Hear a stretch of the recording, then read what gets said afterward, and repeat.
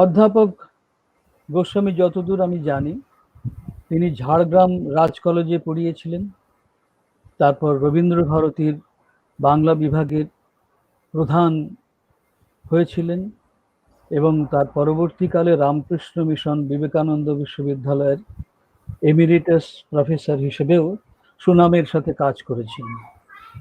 দিকে দিকে তার ছাত্রছাত্রী ছড়ানো এবং বোধহয় আমাদের নিরুপম স্যারও অধ্যাপক কানন বিহারী গোস্বামীর ছাত্র। আজকের যে বিষয়, শ্রী চৈতন্যের কথার পরম্পরা, সেই বিষয়টা নিয়ে আমাদের অধ্যাপক কানন বিহারী গোস্বামীর একটি খুব ভালো বই আমার একবার হাতে এসেছিল। সেটি যতদূর মনে পড়ে সেই বইটির নাম ভাষা ভাগবত। বিদ্বজ্জনের কাছে সেই বইটি আজও সমানভাবে আদৃত। বাংলা রেনেসার কথা যদি আমরা বলি তাহলে আমরা জানতে পারবো যে এই বাংলা রেনেসার ক্ষেত্রে শ্রী চৈতন্যের ভূমিকা একবারে পথিকৃতের ভূমিকা বললেও কম বলা হয়। পঞ্চদশ শতকের বাংলায় ভক্তি ভাবধারার পথিকৃৎ ছিলেন শ্রী চৈতন্য।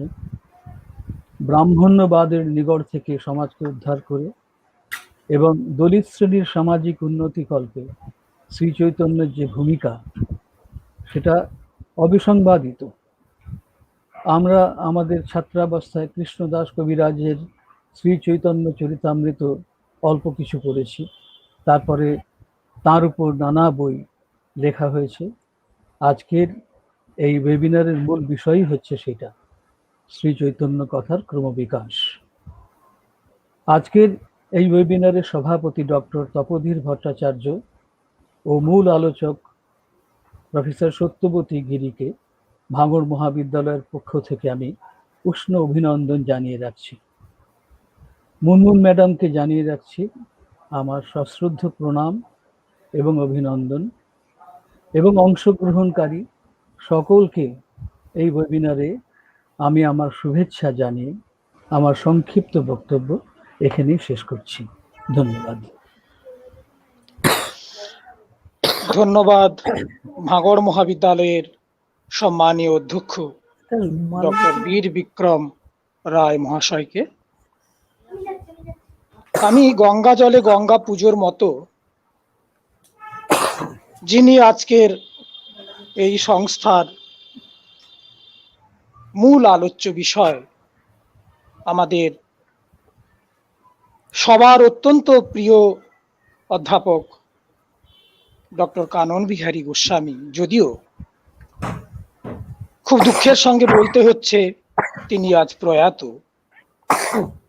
একদিন তো পৃথিবী ছেড়ে সবাইকে চলে যেতে হবে, সুতরাং এই চিরাচরিত রীতি বা নিয়ম, জন্মিলে মরিতে হবে অমরকে কোথা কবে, সে কথাই এখন খুব বেশি করে মনে পড়ছে। আমি পুরনো লেখা খুঁজতে খুঁজতে 1995 সালে লেখা স্যারের একটি কবিতা, অল্প একটি ছোট্ট কবিতা একটু পাঠ করে পরবর্তী ঘোষণায় যাব। কবিতাটির নাম জলে ভেসে যায়। কবি কানন বিহারী গোস্বামী। জলে ভেসে যায় কার গান, ওর সঙ্গে মিশে যায় সন্ধ্যার শঙ্খরব, ভোরের আজান। স্রোতে কে ভাসিয়ে দিল ফুল, ওর গন্ধে মিশে আছে গহনের রক্তরাগ, হৃদয়ের মূল। প্রবাহ কি দিক চিহ্নহীন, ফেনার মুকুট, তবে ফুলের অঞ্জলি কেন অজস্র রঙিন।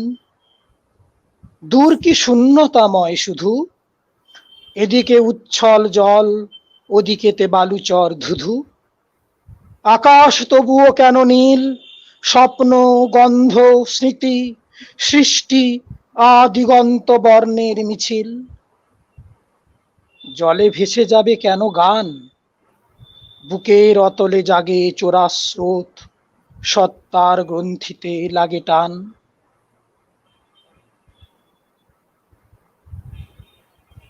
অধ্যাপক কানন বিহারী গোস্বামী স্মৃতি সংসদ স্যারের প্রয়াণের পরে আমরা গঠন করেছিলাম।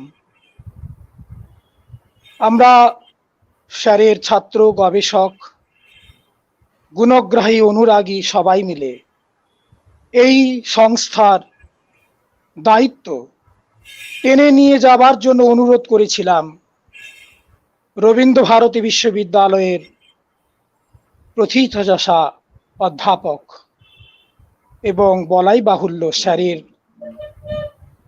অত্যন্ত একজন প্রিয় এবং গুণী ছাত্রী অধ্যাপক ডক্টর মুনমুন গঙ্গোপাধ্যায়কে।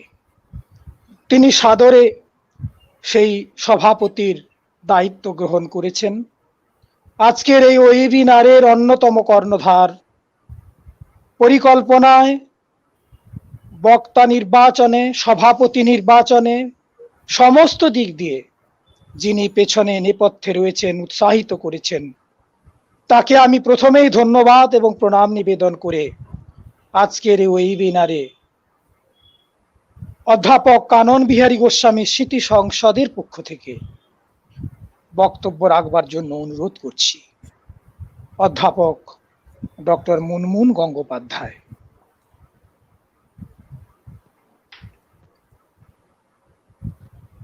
দিদি। নমস্কার, আমার কথা আশা করি শোনা যাচ্ছে? পরিষ্কার। আচ্ছা, নমস্কার। সভায় উপস্থিত মাননীয় সভাপতি, অধ্যাপক এবং আসাম বিশ্ববিদ্যালয় শিলচরের প্রাক্তন উপাচার্য তপোধীর ভট্টাচার্য মহাশয়কে, সেই সঙ্গে অধ্যাপক সত্যবতী গিরি মহোদয়াকে আমার প্রীতি, শুভেচ্ছা, আন্তরিকতা, ভালোবাসা, শ্রদ্ধা, নমস্কার। এই সবটুকু জানাই আজকে উপস্থিত হয়ে যারা এই অনুষ্ঠান শুনছেন এবং দেখছেন, তাদের সকলকে, যারা আমাদের এই আলোচনা সভাকে এবং এই অনুষ্ঠানকে সফলতার দিকে এগিয়ে নিয়ে যাওয়ার জন্য আমাদের সঙ্গে আছেন, তাদের প্রত্যেককে আমার কৃতজ্ঞতা জানাচ্ছি। আমি যত কথা নিরুপম আমার সম্বন্ধে বললেন, ঠিক এতটা হয়তো আমার প্রাপ্তি নয়, কারণ যা কিছু করবার, মানে বৃহৎ কর্মযজ্ঞকে এগিয়ে নিয়ে যাবার মূল দায়িত্ব অধ্যাপক নিরুপম আচার্য তিনি তুলে নিয়েছেন এবং প্রতিটি পরামর্শের মধ্যে দিয়ে, সকলের সঙ্গে পরামর্শের মধ্যে দিয়ে কাজকে সুষ্ঠুভাবে যে এগিয়ে নিয়ে যাওয়া কতটা কঠিন এবং সেটা কতটা জরুরি, এই দুটো বিষয়ই তার প্রতিটি কাজের মধ্য দিয়ে আমরা অনুভব করতে পারছি। আমি তাই, সে আমার বয়সের ছোট অনেক, তবু তাকেও আমি আমার কৃতজ্ঞতা এবং ভালোবাসা জানাচ্ছি, সম্মান জানাচ্ছি তার কাজের ধারাকে। আমি কৃতজ্ঞতা জানাচ্ছি অধ্যাপক কানন বিহারী স্মৃতি সংসদের এই আলোচনা সভায় সহযোগিতা করবার জন্য, সম্মিলিতভাবে এই আলোচনা সভাকে একটা সার্বিক রূপ দেওয়ার জন্য যিনি সম্মত হয়েছেন, অগ্রণী ভূমিকা রেখেছেন, তার স্বাগত ভাষণ পরিবেশন করেছেন মাননীয় অধ্যক্ষ ভাঙড় মহাবিদ্যালয় ডক্টর বীর বিক্রম রায় মহাশয়কে, যার জন্য এই অনুষ্ঠান, যাকে নিয়ে এই অনুষ্ঠান, তিনি এখন আমাদের মধ্যে নেই। নিরুপম শুরুতেই বলেছেন, অসতমা সৎ কামায়, তমসমা জ্যোতির্গময়। আমার রবীন্দ্রনাথের একটি উক্তি উদ্ধৃত করতে ইচ্ছে করছে। হয়তো মৃত্যুর পারে ঢাকা সব অন্ধকারে স্বপ্নহীন চিরসুক্তি বক্ষে চেপে রহে। আমরা জানি না মৃত্যুর ওপারে কি আছে, সেখানে কতটা আলো কতটা অন্ধকার। একটা ধারণার মধ্যে দিয়ে আমরা যাই যে সেখানে অন্ধকার। রবীন্দ্রনাথ বলেছেন মৃত্যুকে সাময়িক ছেদ। তাই এই কথার সূত্র ধরে যদি এক অন্ধকার থেকে আমরা যদি আর এক আলোক বৃত্তে পৌঁছতে চাই, পৌঁছতে পারি, তাহলে আবারও বলতে ইচ্ছে করে, আবার যদি ইচ্ছা করো আবার আসি ফিরে, দুঃখ সুখের ঢেই খানানো এই সাগরের তীরে। আমরা গত 15ই জুন আমাদের স্যারকে হারিয়েছি।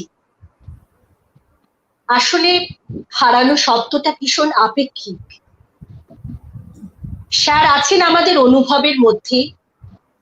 আজকের এই সভায় আমরা প্রতি মুহূর্তে তার কথা স্মরণ করব। আমাদের আলোচনা, বক্তৃতা, অভিভাষণ সবকিছুর মধ্য দিয়ে স্পষ্টোজ্জ্বল হয়ে উঠবে তার অস্তিত্ব। আমরা জানি অনুপস্থিতিরও একটা উপস্থিতি থাকে। আজ হয়তো আমরা তাকে সেভাবেই পাবো। স্যারের ভিতরে একটা অদ্ভুত প্রাণ শক্তি ছিল।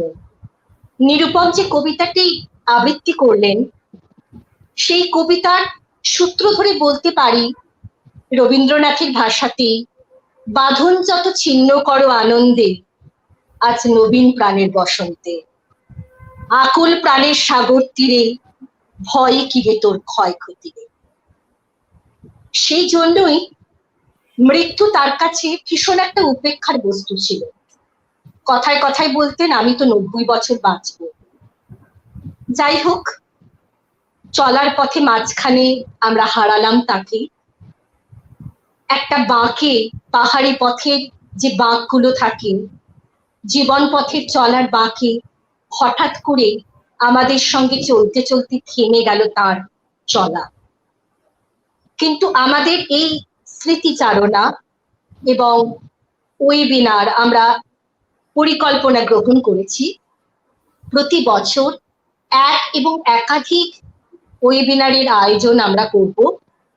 আমরা আহ্বান করেছি বিভিন্ন কলেজকে, মহাবিদ্যালয়কে যে আমাদের সঙ্গে যুক্ত হওয়ার জন্য, যাতে আমরা এই ওয়েবিনার গুলোকে সার্থকতার দিকে, যতক্ষণ না আমরা মুক্ত জায়গা পাচ্ছি, মানে আমাদের এই বদ্ধ দশা কাটছে, ততদিন ওয়েবিনার, তারপর আমরা সেমিনারের আয়োজনের মধ্য দিয়ে আমরা স্যারের স্মৃতিকে অক্ষয় করে রাখবো।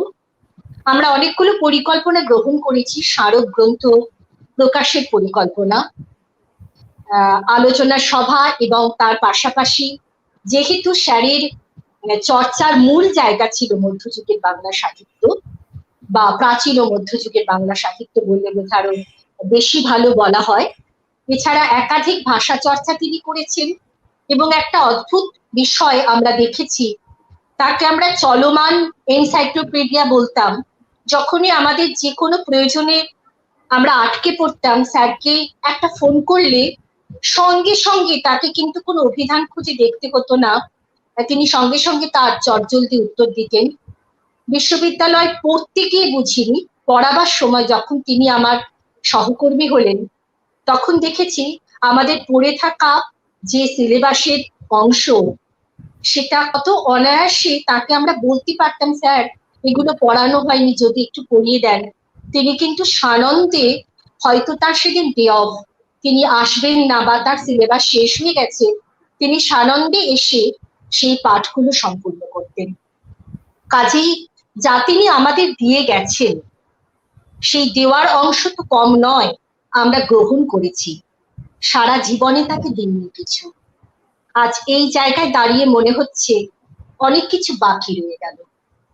সেই বাকি রাখা কাজগুলো শেষ হয়তো কোনোদিনই করতে পারবো না, কিন্তু যতটা তাকে সার্থকতার দিকে এগিয়ে নিয়ে যাওয়া যায়, সেই উদ্যোগেই আমরা প্রতিষ্ঠা করেছি কানন বিহারী স্মৃতি সংসদকে আমি আশা করব এইভাবেই আমাদের সঙ্গে আমাদের প্রিয় অধ্যাপকেরা থাকবেন আমাদের যারা বিভিন্ন গবেষক ছাত্র রয়েছেন, বিভিন্ন মহাবিদ্যালয় বিশ্ববিদ্যালয় যারা পড়াচ্ছেন, তারা রবীন্দ্রভারতীর ছাত্রছাত্রী অনেকে আছেন, অনেকে অন্যত্র পড়েছেন, কোনো না কোনো ভাবে স্যারের কাছে তারা পাঠ নিয়েছেন কিংবা নেননি।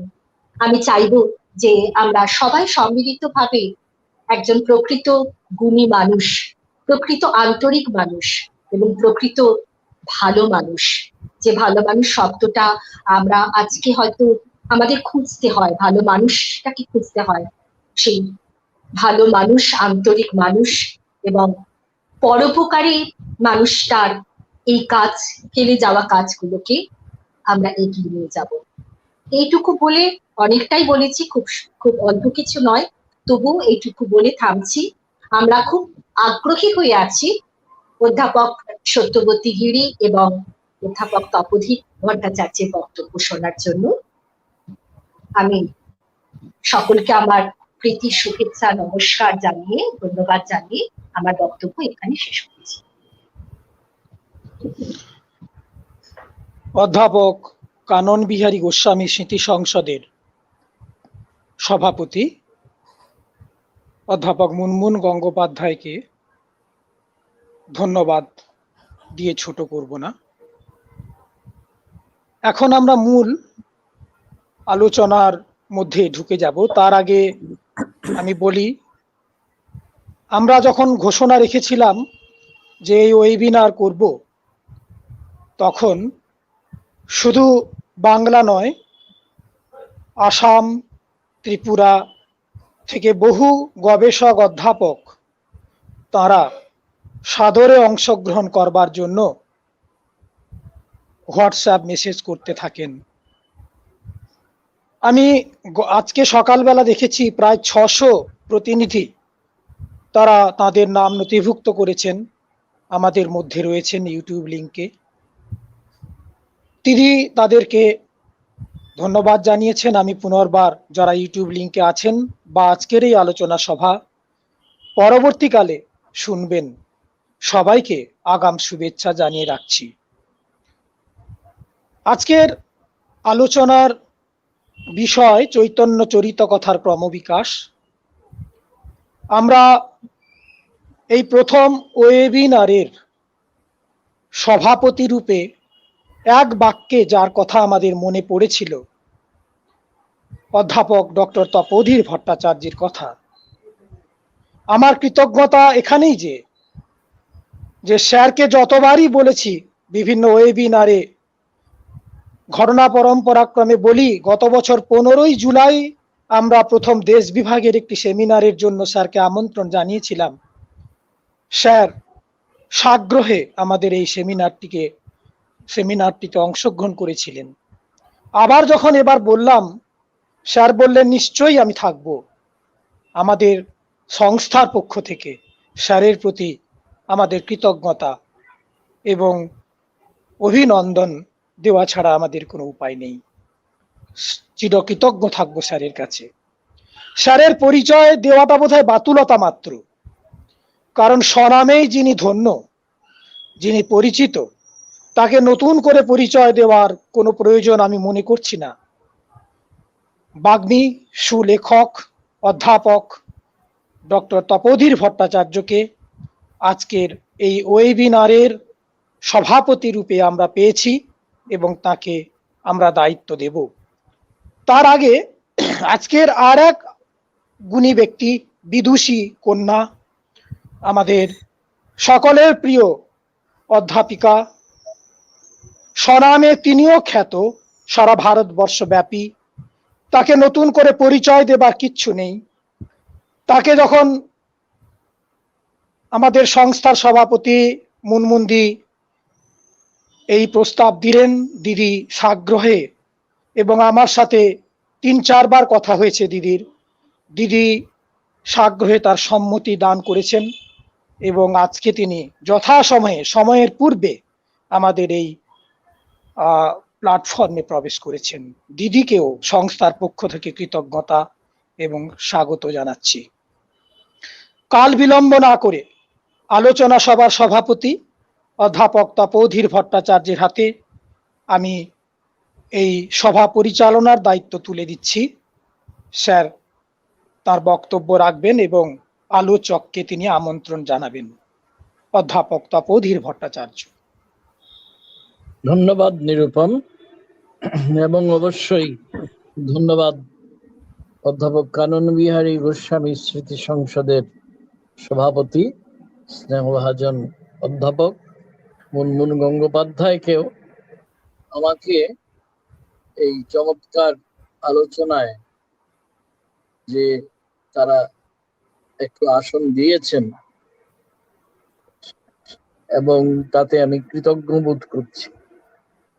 আমি শুনতে শুনতে ভাবছিলাম আজকে যে বিষয় নিয়ে আমরা আলোচনা করব সেই বিষয়ে নিয়ে আমি আলোকপাত করার প্রয়োজন নেই, কারণ আমাদের সর্বজন পরিচিত অধ্যাপক সত্যবতী গিলকে আমি যখন আহ্বান করব আপনারা শুনবেন তার বাচনে যা শুনবার।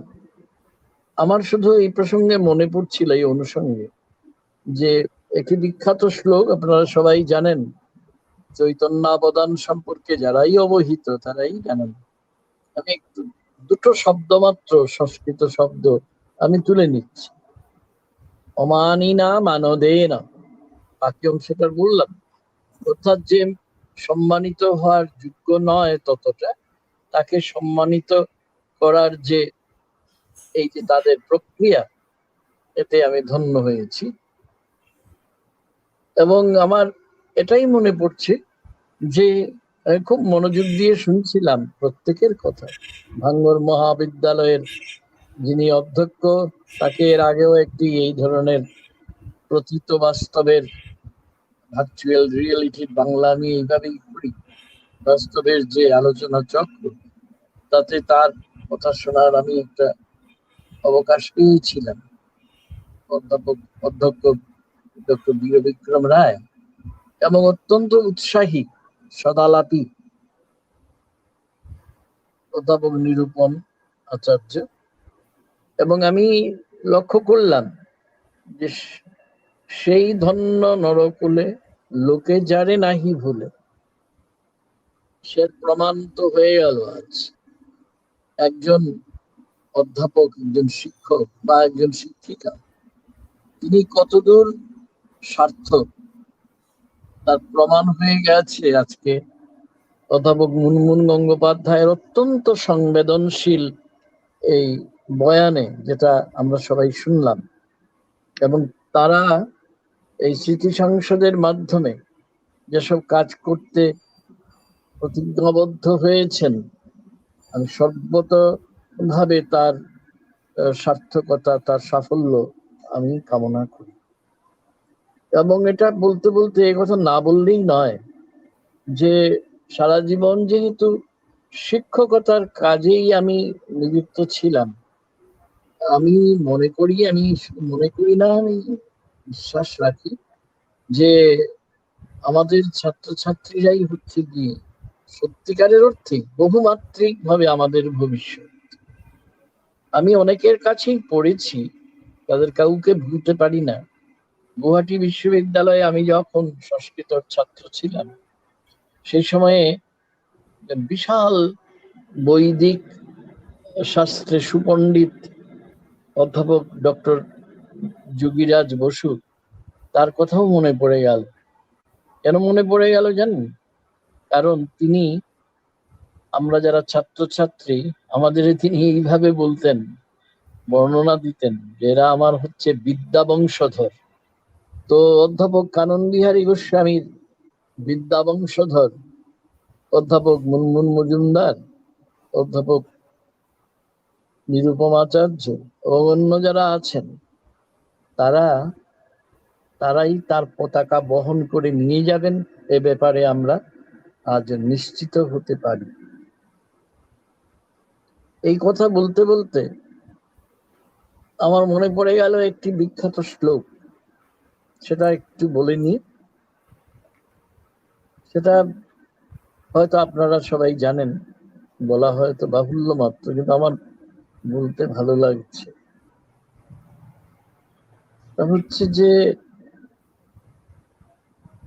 এই বাংলাটা করে দিয়ে আগে এই পৃথিবীতে যারা জন্ম নিয়েছেন এবং নিজের কীর্তির মধ্য দিয়ে ধন্য করে তুলেছেন নিজেদের জীবনকে, তাদের কাছ থেকে আমরা জীবন সম্পর্কে পাঠ নিতে পারি। যতদিন তারা জীবিত থাকেন অবশ্যই নিই, হয়তো প্রীতির নীলাঞ্জন ছায়ায়ও অভিষিক্ত হই। কিন্তু গত 15 জুন যার দেহাবসান হয়েছে, 1 মাস 11 দিন পরে আজকে আমরা যখন তার কথা এইভাবে ভাবছি, তারই নামাঙ্কিত স্মৃতি সংসদের মাধ্যমে আমার সেই শ্লোকটির কথাই মনে পড়ে যাচ্ছে। ওটা মনুসংহিতায় আছে। এত দেশ প্রসূতস্য সকাশাদগ্র জন্মনঃ স্বং স্বং চরিত্রং শিক্ষরণ পৃথিব্যাং সর্বমানবাঃ। মানে বাংলা তুমি একটু করে দিয়েছি, একদম আক্ষরিক বাংলা যদি করি তাহলে দাঁড়াবে এই রকম: এই মহান দেশে জন্ম নিয়েছেন যারা, আমাদের অগ্রজন্মানঃ, আমাদের যারা অগ্রজ, তারা যে কীর্তি স্থাপন করে গেছেন তা তো ঠিকই আছে, কিন্তু আসলে কি তারা আমাদের জন্য রেখে গেছেন? সেটা হচ্ছে সং সং চরিত্রং শিক্ষরণ পৃথিব্যাং সর্বমানবাঃ। শুধু আমাদের দেশের জন্য নয়, পৃথিবীতে মানব জাতি যেখানে আছে তারা যদি অবহিত হয়, তাহলে তারা দেখবে কি করে জীবনে চলবো, কি করে জীবনে চলবো না, এ বিষয়ে পাঠ সবসময়ই তারা দিচ্ছেন। এই জন্য তারা চিরকালের শিক্ষক। এই বলে আমিও আমাদের সবার অগ্রজ অধ্যাপক কাননবিহারী গোস্বামীকে আমার শ্রদ্ধা নিবেদন করছি। আজকে স্মৃতি সংসদ অধ্যাপক সত্যবতী গিরিকে সঙ্গত কারণেই আহ্বান করেছে, এবং শুরুতে নিরুপম আমাদের জানিয়েছে যে বিষয়টা যাকে নিয়ে চৈতন্যদেব, যিনি আমাদের বাঙালি জীবনে চৈতন্য পুনরুজ্জীবন বা চৈতন্য রেনেসাঁসের সূচনা করেছিলেন, যে সময়ে তিনি জন্মেছিলেন সেই সময়টাও ছিল নানা ধরনের অন্ধকারে আবৃত। তো তিনি তো চলে গেলেন, ঠিক আছে, কিন্তু তিনি চলে যাওয়ার পরে রচিত হলো যে সমস্ত তাকে নিয়ে বাংলা এবং সংস্কৃত দুই ভাষাতে নানা ধরনের বই, আমি তার মধ্যে একেবারেই প্রবেশ করব না, কারণ এটা আমার এলাকা নয়, ওটা সম্পূর্ণতই সত্যবতী গিরি এলাকা। আমরা যারা তার বই পড়েছি বিভিন্ন বাংলা সাহিত্যে কৃষ্ণ কথার ক্রমবিকাশী বলুন, এই বইয়ের তো কোনো বিকল্প হয় না। এই বই না পড়লে মধ্যযুগের বিশেষ করে চৈতন্যাবদান বা চৈতন্য সংস্কৃতি নিয়ে যারা কাজ করতে চান, ভাবতে চান, এগুলো সম্ভব না ওই বই না পড়লে। কিন্তু এটা সরাসরি তার মুখ থেকেই তো শোনা ভালো, এবং এই কাজটাই আমরা আজকে করব। স্মৃতি সংসদ তাই উপযুক্ত মানুষকে আমাদের এইখানে ডেকে এনেছেন। আরেকটি শ্লোকের কথা মাথায় আসছে, সেটা ভাগবতের একটা বিখ্যাত শ্লোক, এবং আমি যখনই উচ্চারণ করব আপনারা বুঝতে পারবেন শ্রীরামকৃষ্ণ কথামৃত মধ্যে যে কথামৃত শব্দটা কোথা থেকে এসেছে। এটা ভাগবত পুরাণের একটা শ্লোক। তবে এটা কোন জায়গায় আছে জানেন? ওই কৃষ্ণ গোপীদের সঙ্গে তার লীলা বিলাসে মত্ত কিছুক্ষণের জন্য তিনি অন্তর্ধান করেছেন কৃষ্ণ, এবং ওই সময় গোপীরা তার উদ্দেশ্যে যে স্তব স্তুতি করেছিল, তব কথামৃতং তপ্ত জীবনম কবিভিদিতম কলমশাপহং শ্রবণমঙ্গলং শ্রীমদাততং ভুবি গৃণন্তি যে ভুরিদা জনাঃ। তো তার সেই কথামৃত যা তপ্ত জীবনকে শান্ত করে, তব কথামৃতং তপ্ত জীবনম কবিহিরিহিতম কলমশাপহম, সমস্ত ধরনের পাপ বা অমঙ্গলকে দূর করে। শ্রীমদাততং ভুবি গৃণন্তি যে ভুরিদা জনা, মঙ্গল আনয়ন করে যারা চিরকালের, যারা ভাবুক, তারা যার বন্দনা করতে করতে কখনো ক্লান্ত হন না, তো তার তোমার কথাই আমরা স্মরণ করছি। অতএব এই কথা বলার পরে আমার তো আর কিছু বলার থাকে না, এবং আসলে যার কথা শোনার জন্যে সমস্ত শ্রোতা এবং দর্শকেরা নানা জায়গায় উন্মুখ হয়ে আছেন, আমি সেই অধ্যাপক সত্যবতী গিরিকে এবার আহ্বান করছি যে আজকের মূল বিষয় সম্পর্কে তিনি আমাদের অবহিত করুন। অধ্যাপক সত্যবতী গিরি।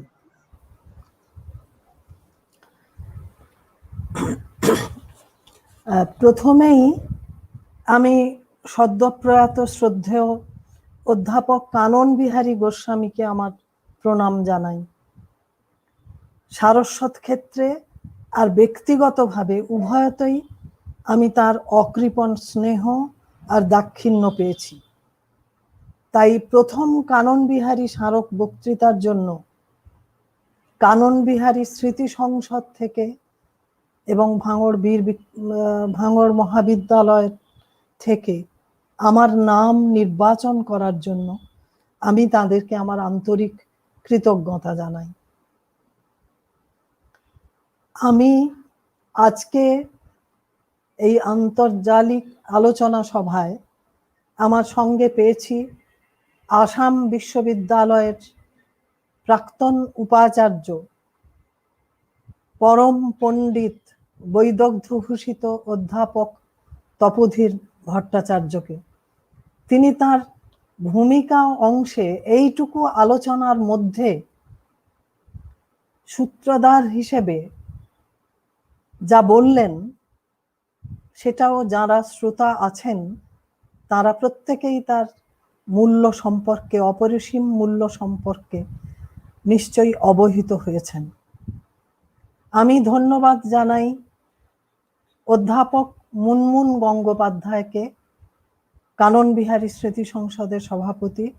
ধন্যবাদ জানাই ভাঙড় মহাবিদ্যালয়ের অধ্যক্ষ মহাশয়কে। ধন্যবাদ জানাই এই মহাবিদ্যালয়ের বাংলা বিভাগের প্রধান নিরুপম আচার্যকে।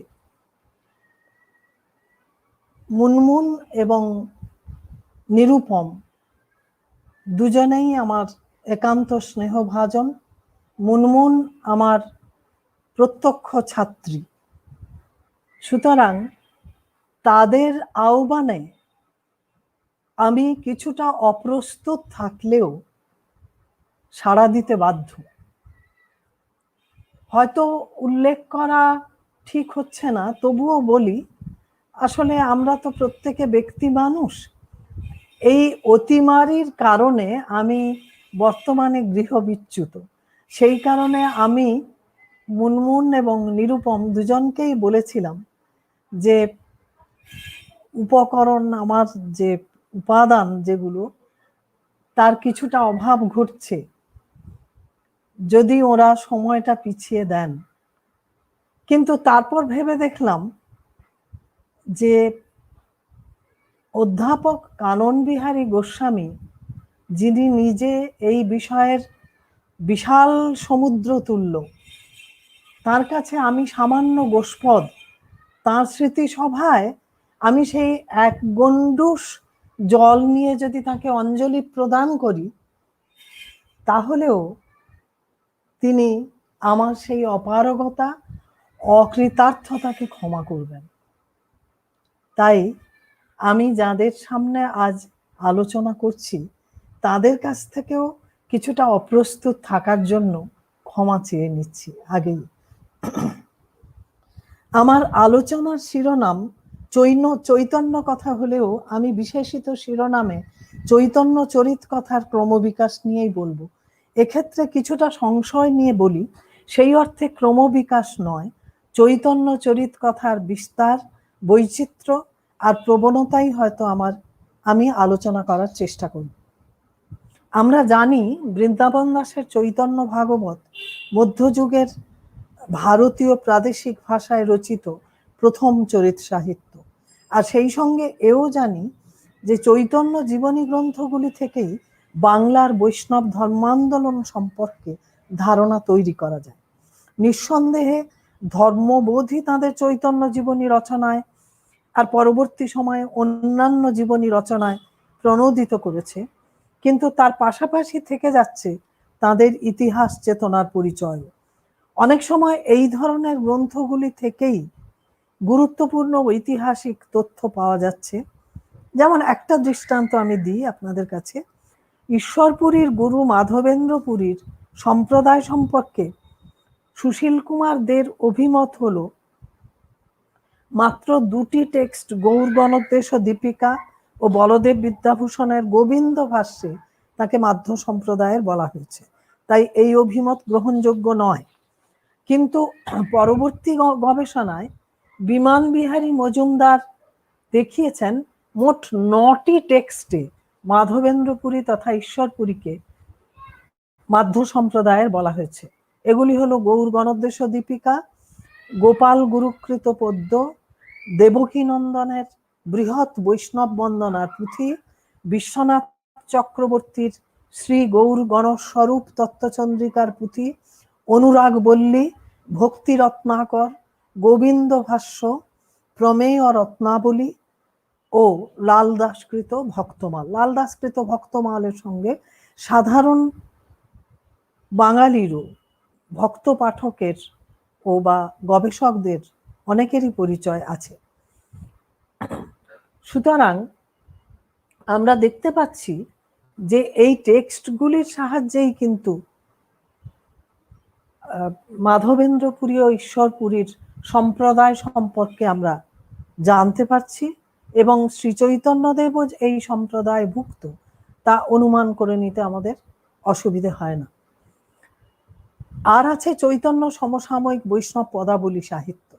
আমি হয়তো নতুন কিছু আপনাদের দিতে পারবো না, কিন্তু ওই পুরনো কথাগুলোকেই, পুরনো তথ্যগুলোকেই আবার আমরা একসঙ্গে বসে একটু সাজিয়ে গুছিয়ে বলার চেষ্টা করি। চৈতন্য স্মরণের এটাই হয়তো বা সবচেয়ে ভালো উপায়, কানন্দাকে শ্রদ্ধা জানানোরও এটা সবচেয়ে ভালো উপায়।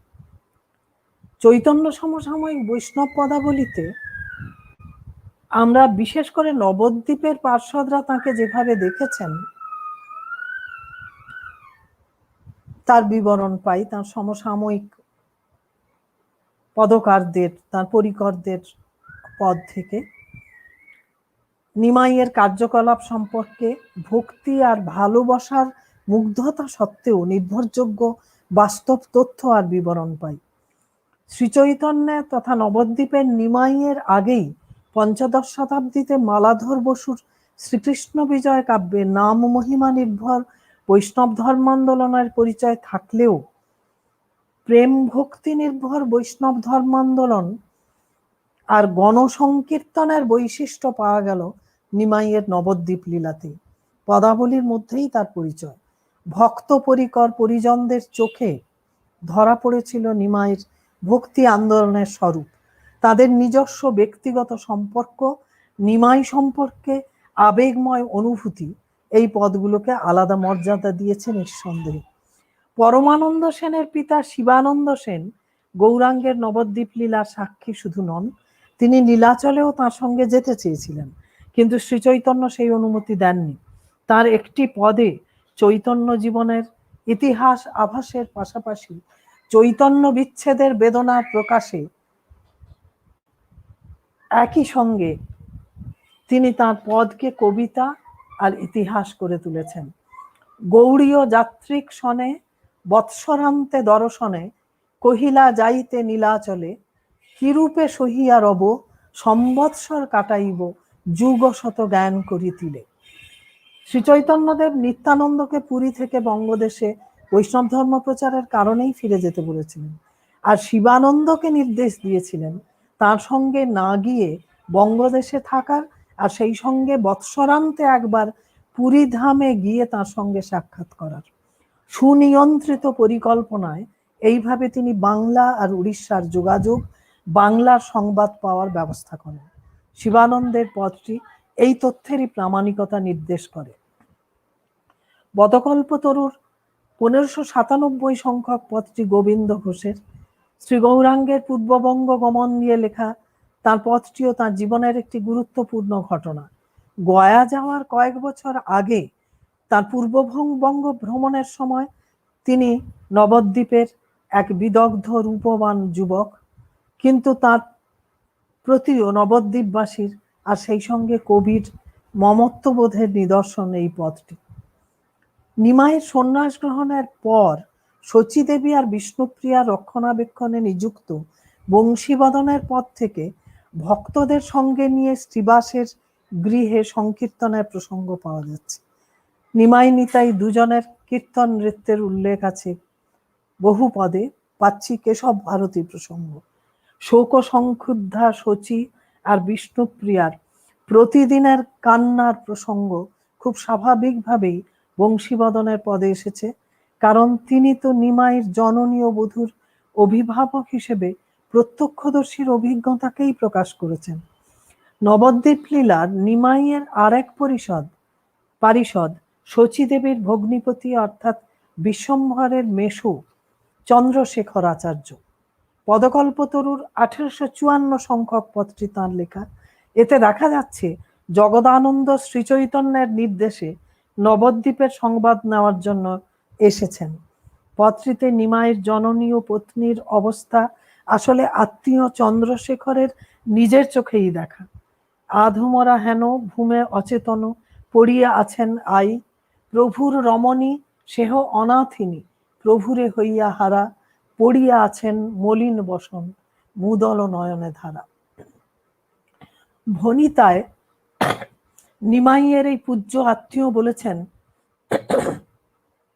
চন্দ্রশেখর পশুর শোষর বিষয় বিষেতে রত, গৌরাঙ্গ চরিত পরম অমৃত তাহাতে না লয় চিত। স্পষ্টতই বোঝা যায় শ্রী চৈতন্যকে তিনি স্নেহাস্পদ আত্মীয় নন, অবতার পুরুষ হিসেবেই দেখেছেন। স্নেহ নয়, ভক্তিকেই গুরুত্ব দিয়েছেন। প্রত্যক্ষদর্শীদের পদে একটা বিষয় লক্ষ্য করার মতো, নিমাইকে ঘিরে গোটা নবদ্বীপের মানুষ যেন একটা পরিবার। সেই পরিবার একদিকে যেমন সংগঠক নিমাইয়ের অপার ঐশী মহিমাকে মান্য করে, অন্যদিকে তেমনি শচীদেবী আর বিষ্ণুপ্রিয়ার সঙ্গে স্বজন বিচ্ছেদের বেদনায় আতুর হয়।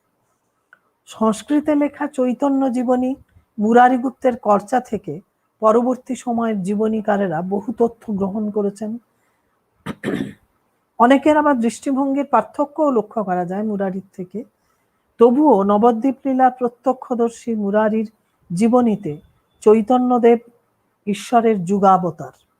তাঁর শ্রী চৈতন্য চতুর্ভুজ বিষ্ণুও বটে। তিনি চৈতন্য বন্দনায় লিখেছেন, নমামি চৈতন্যমজং পুরাতনং চতুর্ভুজং শঙ্খ গদাব্জ চক্রিণম শ্রীবৎস লক্ষাঙ্কিতং বক্ষসং হরিং সদ্ভাল সংলগ্ন মণিং সুবাসসম। লক্ষণীয় বিষয়, পরবর্তী অন্য সবাই কিন্তু শ্রীচৈতন্যকে শ্রীকৃষ্ণ স্বরূপে দেখিয়েছেন, আর নবদ্বীপের পরিকরদের মধ্যে নিমাইয়ের অন্যতম বয়োজ্যেষ্ঠ রামোপাসক মুরারিগুপ্ত নিমাইকে বিষ্ণুরূপে গ্রহণ করায় শ্রী সম্প্রদায়ের বৈষ্ণবদের সঙ্গেই তার ভক্তি ভাবনার সাযুজ্য অন্তত প্রাথমিকভাবে আমরা লক্ষ্য করছি। অবশ্য অদ্বৈত আচার্য এই রূপে শ্রী চৈতন্যকে ভক্তি নিবেদন করেছেন। তার অবতার, বিষ্ণুর অবতারকে আহ্বান জানানোর কাহিনী আমরা সবাই জানি। এইসব প্রসঙ্গগুলোর পুনরাবৃত্তি আমি করব না। তবে এই পার্থক্য সত্ত্বেও মুরারির অধবর্ণ অনেকেই, যেমন লোচন দাস কবি চৈতন্য জীবনীকার লোচন দাস তো তাঁর চৈতন্য মঙ্গলে অনেক জায়গায় কর্চার প্রায় আক্ষরিক অনুবাদই করেছেন। যেমন কর্চায় আছে রাজগ্রামং, একটা দৃষ্টান্ত দিচ্ছি, রাজগ্রামং তত গত্বা গোকুলং প্রেক্ষ বিহ্বলম। লোচনে আছে রাজগ্রাম গিয়া পরে দেখো এ গোকুল, সম্বরিতে নারে হিয়া হয়ে গেল আকুল। দৃষ্টান্ত বাড়ানোর প্রয়োজন নেই। এক্ষেত্রে বলা যায় মুরারির ভক্তি বৈশিষ্ট্যকে গ্রহণ না করলেও এই প্রত্যক্ষদর্শীর দেওয়া তথ্য নানাভাবে চৈতন্য জীবনী কাব্যসমূহে ব্যবহৃত হয়েছে। কৃষ্ণদাস কবিরাজও পরে ব্যবহার করেছেন পরবর্তী সময়। গৌর গণোদ্দেশ দীপিকা রচয়িতা কবিকর্ণপুর পরমানন্দ সেনের চৈতন্য বিষয়ক পদ উল্লেখযোগ্য, কিন্তু তার পূর্বোক্ত গ্রন্থটিতে চৈতন্যদেবের বিভিন্ন পরিকর ও আত্মীয়দের শ্রীকৃষ্ণের পরিজন ও আত্মীয় রূপে চিহ্নিত করে তিনি আসলে শ্রী গৌরাঙ্গের শ্রীকৃষ্ণ স্বরূপকেই, শ্রীকৃষ্ণ শ্রী গৌরাঙ্গের অভিন্নতাকেই প্রকাশ করেছেন। কিন্তু সম্ভবত শ্রী চৈতন্যদেবকে মাধ্য সম্প্রদায়ের বলে চিহ্নিত করার জন্য তার গ্রন্থটি খুব বেশি উল্লিখিত হয়নি। মায়াবাদী সন্ন্যাসী প্রবোধানন্দ শ্রী চৈতন্যের প্রভাবে ভক্তিপথের পথিক হয়ে ওঠেন আমরা জানি। তার শ্রী চৈতন্য চন্দ্রামৃত গ্রন্থে হরি সংকীর্তনরত শ্রী চৈতন্যের বর্ণনা পাওয়া যায়। শ্রী চৈতন্য বিরুদ্ধবাদীদের যুক্তিতর্কের সাহায্যে নিজ পন্থার অনুগামী করে তুলেছেন, এই দৃষ্টান্ত তার গ্রন্থে নেই, কারণ শ্রী চৈতন্যদেবের জীবনেই এটা নেই।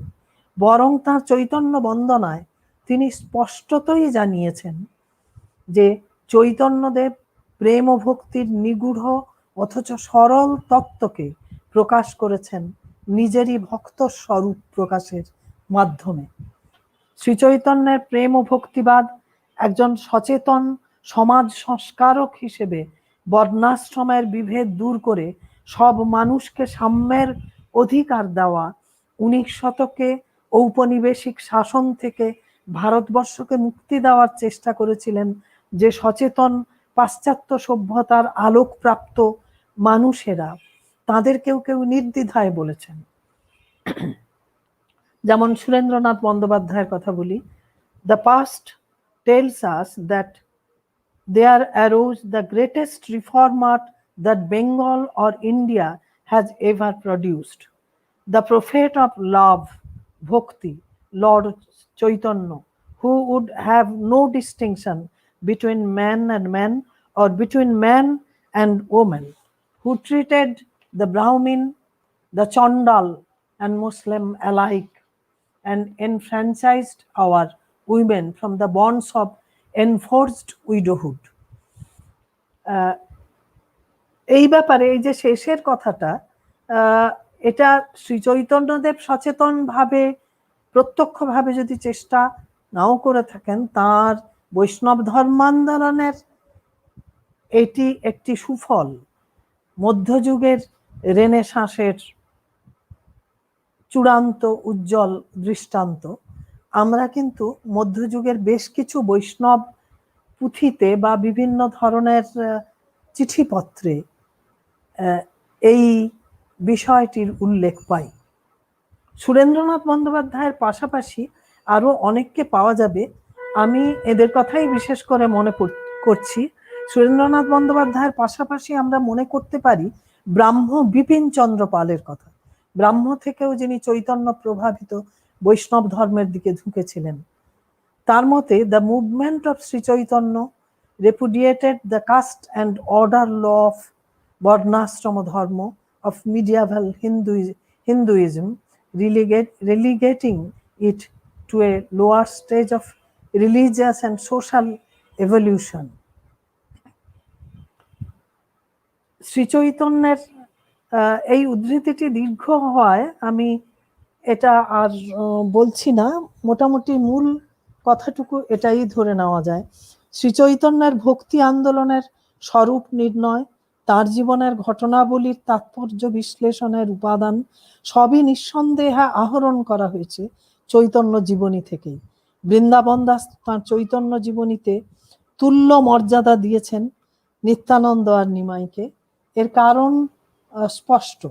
সেই সঙ্গে বৃন্দাবন দাসের চৈতন্য ভাগবতে আমরা নবদ্বীপের বিভিন্ন বৃত্তিজীবী মানুষের সঙ্গে নিমাইয়ের যোগাযোগ রাখার নগর পরিক্রমার বিবরণ পাই।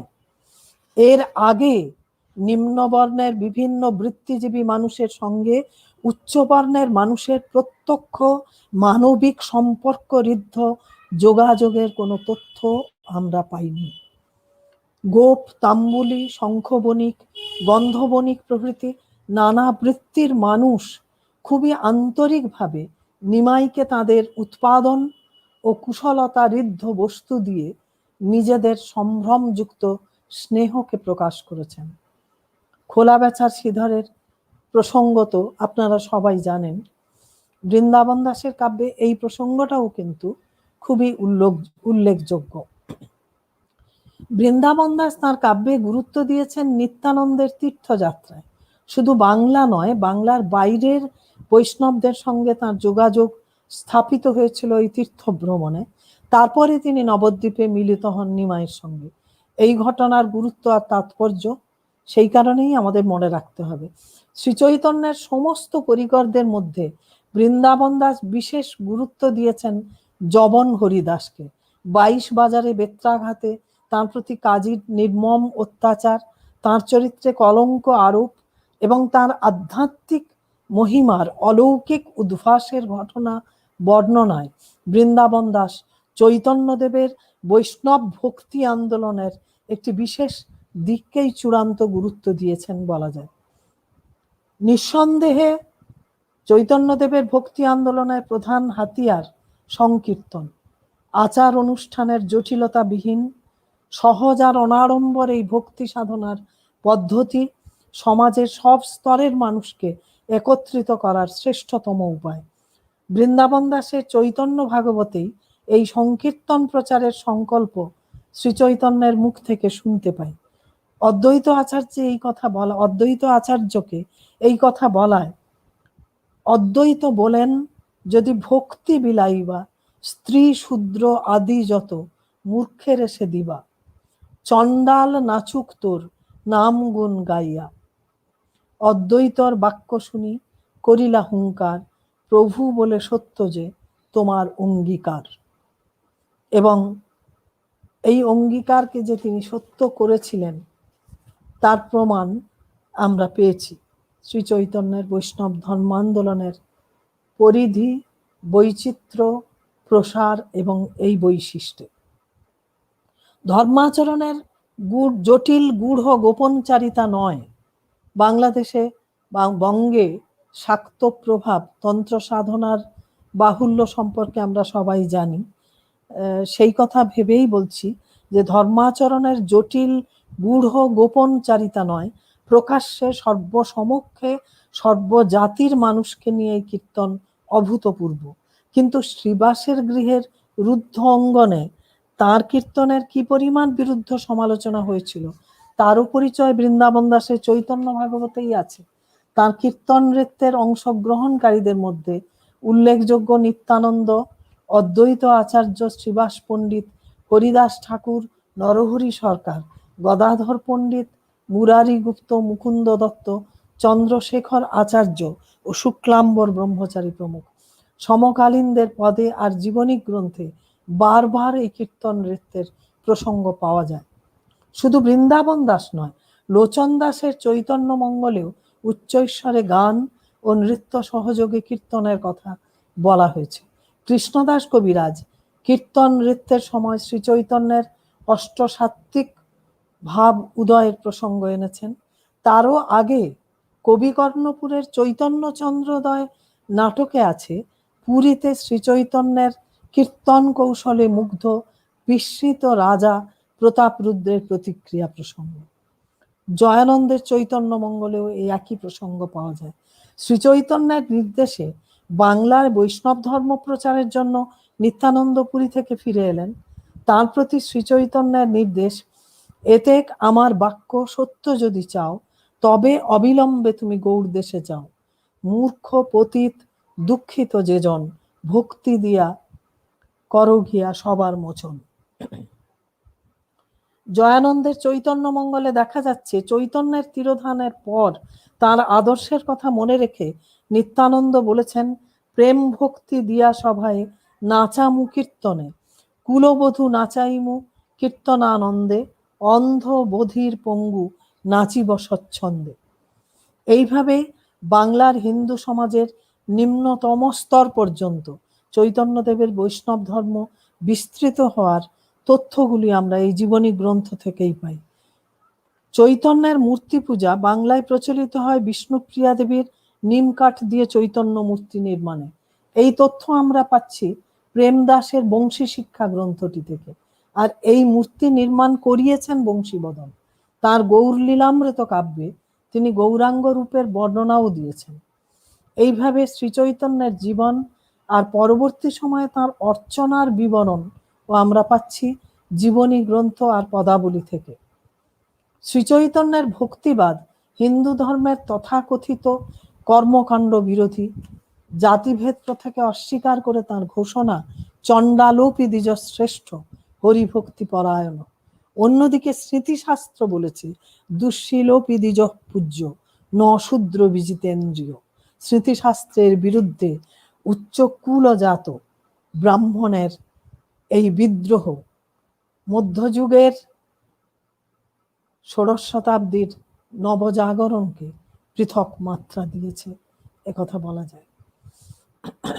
নিঃসন্দেহে তার প্রচারের লক্ষ্য ছিলেন উচ্চবর্ণ কেবলমাত্র নয়, নিম্নবর্ণের মানুষ। আর অন্যদিকে আমরা দেখতে পাচ্ছি নিমাই সম্পর্কে শাসক গোষ্ঠীর কাছে মূলত ব্রাহ্মণেরাই নালিশ করেন। তারই পরিণামে কাজী দলনের ঘটনা চৈতন্য জীবন কথার একটি গুরুত্বপূর্ণ বহু পরিচিত প্রসঙ্গ। কাজীর কীর্তনে নিষেধাজ্ঞা নিঃসন্দেহে হিন্দু ধর্মের আচার আচরণ ক্রিয়াকর্মের স্বাধীনতায় হস্তক্ষেপ।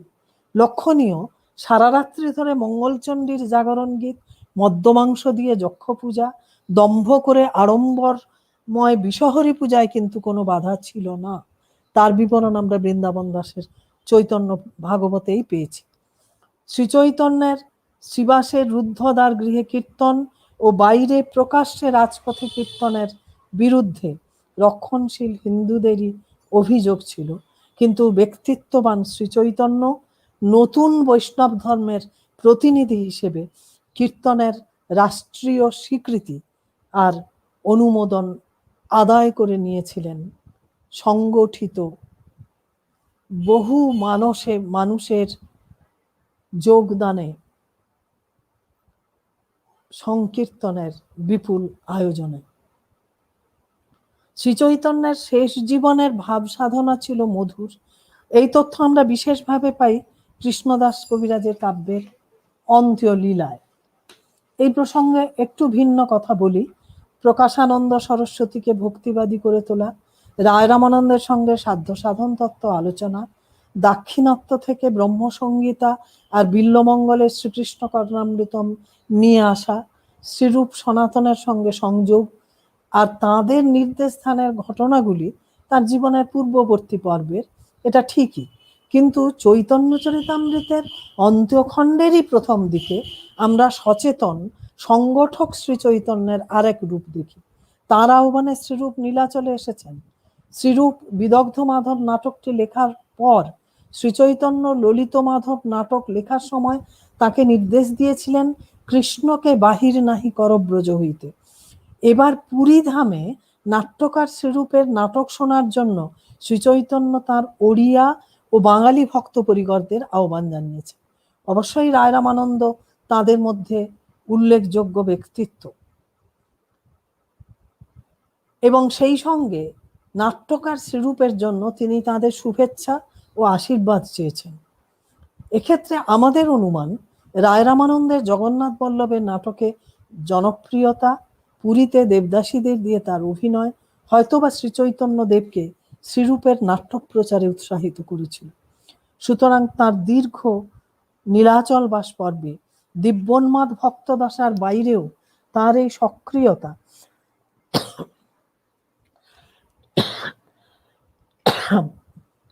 এমনকি বিভিন্ন কীর্তন গোষ্ঠীকে এক করে রথাগ্রে কীর্তনের ব্যবস্থাও এই সক্রিয়তারই প্রমাণ দেয়। এই প্রসঙ্গে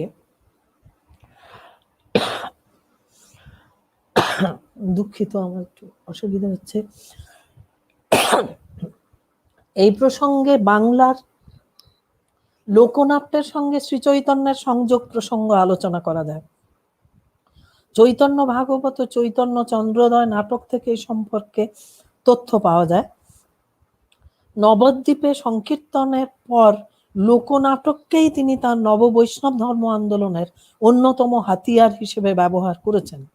চন্দ্রশেখরের গৃহে তিনি যে নাট্যাভিনয়ের উদ্যোগ নেন, বৃন্দাবন দাস তাকে বলেছেন গোপিকা নৃত্য বা লক্ষ্মী কাজ, আর কৃষ্ণদাস কবিরাজ বলেছেন কৃষ্ণলীলা। রীতিমতো নাটমঞ্চ তৈরি করে এর অভিনয় হয়। এর অভিনয়ে প্রধান ছিল নৃত্য। অভিনেতারা প্রত্যেকে চরিত্র অনুযায়ী সাজসজ্জাও করেন। পুরুষেরা নারীর ভূমিকায় অভিনয় করেন এবং এটি লিখিত কোনো নাটকও নয়। এই প্রসঙ্গে শ্রীরূপের নাটক চন্দ্রিকা নামের গ্রন্থটির উল্লেখ করা যায়। এতে নাট্যতত্ত্ব নিয়েই আলোচনা করা হয়েছে, কিন্তু তার দৃষ্টান্ত সব নেওয়া হয়েছে শ্রীচৈতন্যদেবের কৃষ্ণ ভক্তি বিহ্বল জীবন থেকেই। এও চৈতন্য কথার একটি ভিন্ন রূপায়ণ। আমরা আগের প্রসঙ্গে আরেকটু যাই যে শ্রীচৈতন্যদেব তাহলে নবদ্বীপে বৈষ্ণব ধর্ম প্রচারের জন্য বা নবদ্বীপের বৈষ্ণবদের সংগঠিত করার জন্য লোক নাটককেও অন্যতম হাতিয়ার হিসেবে গ্রহণ করেছিলেন, কারণ এরই মাধ্যমে সাধারণের কাছাকাছি পৌঁছানো যাবে, সমাজের নিম্ন বর্গের, নিম্ন স্তরে, সব স্তরের মানুষের কাছে পৌঁছানো যাবে। কিন্তু এরই পাশাপাশি একটা বিষয় আমাদের চোখে না পড়ে পারে না, যে রূপ গোস্বামীর 3টি নাটক বিদগ্ধ মাধব, ললিত মাধব, একাঙ্ক ভানিকা, দানকেলি কৌমুদী, শ্রীজীবের নাটক ছিল, রঘুনাথ দাসের মুক্তাচরিতম নামে যে চম্পু কাব্য ছিল সেটিকেও, তাতেও নাটকীয়তা প্রবল। সেগুলোর এই ধরনের অভিনয়ের কোনো দৃষ্টান্ত কিন্তু আমরা পাই না। দৃষ্টান্ত পাই পরবর্তীকালে, যখন গৌড়ীয় বৈষ্ণব ধর্ম তার টুকরো টুকরো অংশকে, ঘটনাকে, যেমন বিদগ্ধ মাধব নাটকের নানা প্রসঙ্গ, এই কৃষ্ণকালী সংবাদ ইত্যাদি ইত্যাদির মতো ব্যাপার, যা লোকজীবনের সঙ্গে খাপ খেয়ে যায়, আমি এই ভাষাটাই ব্যবহার করছি, সেই ভাঙা ভাঙা টুকরো টুকরো অংশ কিন্তু কৃষ্ণ যাত্রায় রূপান্তরিত হয়ে বাঙালি অনুবাদকদের কাছে বা বাঙালি যারা এই এই কাহিনীগুলোকে বা এই প্রসঙ্গগুলোকে গ্রহণ করেছেন, তাদের সৃষ্টিতে তৈরি হয়ে লোকনাটক হয়ে উঠেছে, কৃষ্ণযাত্রার একটা বড় পরিসর তৈরি করেছে। কিন্তু সংস্কৃত এই নাটকগুলোর অভিনয় হয়েছে তা আমরা সেভাবে জানি না। অথচ পরবর্তী সময়ে, এটা আমি একটু আগেই আপনাদের বললাম, আর একটা বিষয় যেটা বলা, যে পরবর্তী সময়ে বাংলার বিভিন্ন গ্রামাঞ্চলে নিমাই সন্ন্যাস পালা কৃষ্ণযাত্রা পালার মতোই বিপুল জনপ্রিয়তা পেয়েছিল। পুরীর শ্রীচৈতন্য নন, সন্ন্যাসের পর বৃন্দাবনে গৌড়ীয় বৈষ্ণব ধর্মের সংগঠক ও অনুপ্রেরণাদাতা শ্রীচৈতন্য নন, নবদ্বীপের দুরন্ত গোরা, গয়া থেকে নবদ্বীপে ফিরে আসা কৃষ্ণ ভক্ত নিমাই, সর্বোপরি শচী দুলাল নিমাইয়ের সন্ন্যাস গ্রহণে বিচ্ছেদাতুর জননী আর পত্নীর তীব্র বেদনার রূপায়ণ এই পালাগুলির প্রাণ। নিমাইয়ের নবদ্বীপ লীলা কেন্দ্রিক বাংলার এই লোকনাট্য,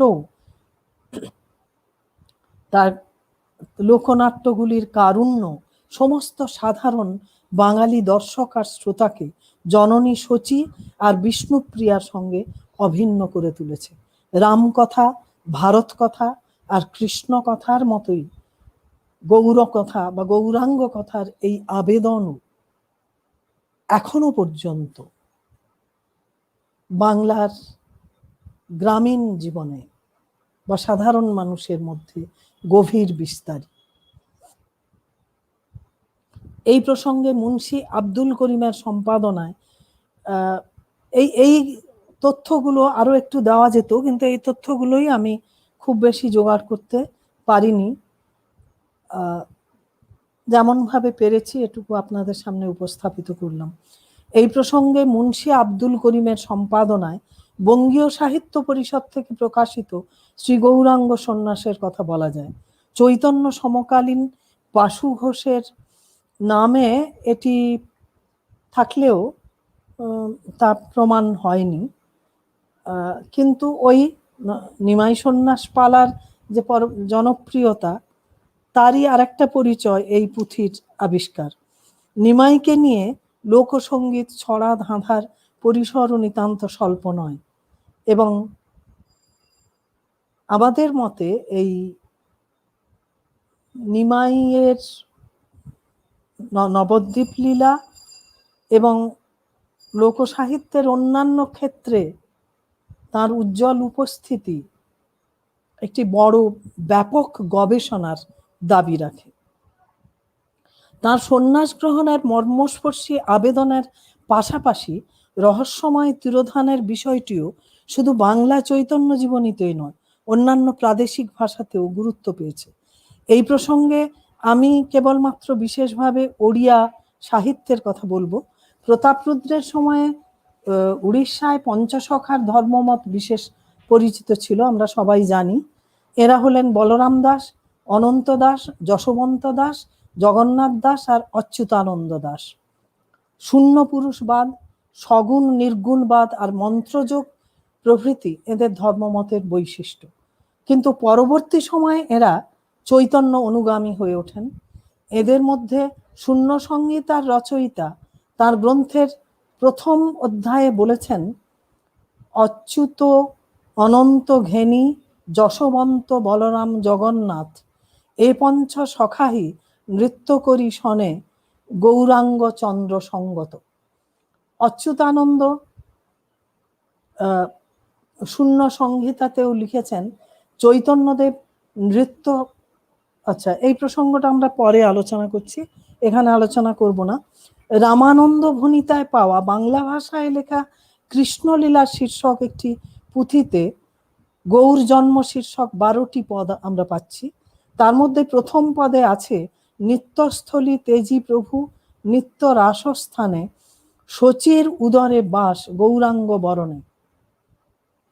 উড়িষ্যার আরেক কবি মাধবের চৈতন্য বিলাস আসলে লোচনের চৈতন্য মঙ্গলেরই অনুবাদ। লোচনের কাব্যকাল 1537 খ্রিস্টাব্দ, মাধব হয়তো 16 শতাব্দীর একেবারেই শেষের দিকে তার অনুবাদটি করে থাকবেন। এছাড়াও পাওয়া যায় ঈশ্বর দাসের চৈতন্য ভাগবত আর শ্রীহরি দাসের ময়ূর চন্দ্রিকা। এরা সপ্তদশ শতাব্দীর কবি। অষ্টাদশ শতকের চৈতন্য জীবনী কাব্যের মধ্যে আছে ভগবান দাসের শ্রী গৌরাঙ্গ ভাগবত, গোবিন্দ মিশ্রের গৌর কৃষ্ণোদয় কাব্য ইত্যাদি। গৌরাঙ্গ ভাগবতের 26টি অধ্যায় কৃষ্ণদাস কবিরাজের চৈতন্য চরিতামৃত অবলম্বন করেই লেখা। অর্থাৎ এই সমস্ত ওড়িয়া কবিরা বাংলা চৈতন্য জীবনীর সঙ্গে পরিচিত ছিলেন ব্যাপকভাবে, এটা বোঝাই যাচ্ছে। শ্রী চৈতন্যের তিরোধান নিয়ে বাংলা জীবনী সাহিত্যের নানা অভিমতের মতো ওড়িয়া জীবনী সাহিত্যেও নানা ঘটনার কথা আছে। একটু আগে আপনাদের সেই কথাই বলতে যাচ্ছিলাম। অচ্যুতানন্দ তাঁর শূন্য সংহিতায় লিখেছেন, চৈতন্যদেব নৃত্য করতে করতে রাধা রাধা বলে জগন্নাথের শরীরে বিদ্যুতের মতো মিশে গেলেন। আর সপ্তদশ শতাব্দীর দিবাকর দাস বলেছেন, হেমন্ত বহি শ্রীচৈতন্য জগন্নাথ অঙ্গে লীন। অন্যদিকে বিষ্ণুপদ পণ্ডার সম্পাদিত মাধব পট্টনায়কের চৈতন্য বিলাস, এই কাব্যটিও আমাদের সবার হাতেই এসে গেছে এখন। চৈতন্য বিলাসে বলা হয়েছে, শ্রীচৈতন্য মন্দিরে ঢোকার পর প্রায় 5-6 ঘন্টা ধরে মন্দিরের দরজা বন্ধ ছিল। তারপর যখন খোলা হলো তখন তার কোনো চিহ্ন পাওয়া গেল না। সপ্তদশ শতাব্দীর শেষ বা অষ্টাদশ শতাব্দীর প্রথম দিকের কবি ঈশ্বর দাস, এর কাব্য চৈতন্য ভাগবত। তিনি চৈতন্যদেবের তিরোধান সম্পর্কে লিখেছেন, প্রতাপ রুদ্রের সঙ্গে শ্রী চৈতন্যদেব জগন্নাথ দেবের মন্দিরে গিয়ে মূর্তি দর্শন করেন, আর সেই সময় শ্রী চৈতন্য চুয়া চন্দন নিয়ে জগন্নাথের অঙ্গে লেপন করলে জগন্নাথ আনন্দিত হয়ে তাকে কোলে নিলেন এবং শ্রীমুখ বিস্তার করে গ্রাস করলেন। এটা কিন্তু এই কবি একমাত্র বলেছেন। সেই সঙ্গে জগন্নাথ চৈতন্য রূপ ধারণ করলেন। চন্দন চুয়া গন্ধ সার মিশাই ছন্তি শ্রী কর্পূর, শ্রী চৈতন্য শ্রীভুজে ঘেনিন লেপন্থি প্রভু অঙ্গে পুন, আনন্দে শ্রী চৈতন্য কোল কলেক প্রভু আদিমূল, শ্রীমুখ বিস্তারী গোসাই গর্ভে চৈতন্য লীন হই, শ্রী জগন্নাথঙ্ক স্বরূপ দিশন্তি শ্রী চৈতন্য রূপ, দর্শন পাইলে সকল। অষ্টাদশ শতাব্দীর বাংলা আর উড়িষ্যার প্রেক্ষাপট তো একই, তীব্র সংশয়, লাঞ্ছনা, অবিশ্বাস, আর সেখান থেকেই মানুষের মনে প্রশ্ন। হয়তো সেই কারণেই উড়িষ্যার কিছু যুক্তিবাদী মানুষ এটাকে মানতে পারেননি।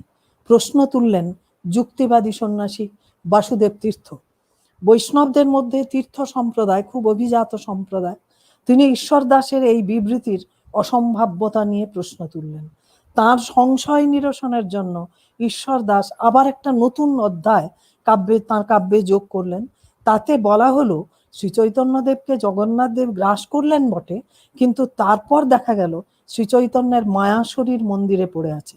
সেই সব দেহ জগন্নাথ দেবের আদেশে গঙ্গায় অর্থাৎ সমুদ্রে ফেলে দেওয়া হলো। যে অলৌকিকতার আবরণ শ্রী চৈতন্যের মৃত্যু রহস্যকে ঘিরে তৈরি করা হচ্ছিল, হয়তো তার পরিবর্তে প্রকৃত সত্যকেই পরবর্তী সংযোজনে প্রকাশ্যে আনা হলো।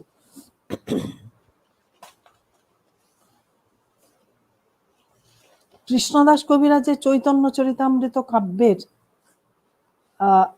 শ্রী চৈতন্যদেবের তিরোধান সম্পর্কে স্পষ্ট কিছু বলা হয়নি, কিন্তু তিনি আরেকটি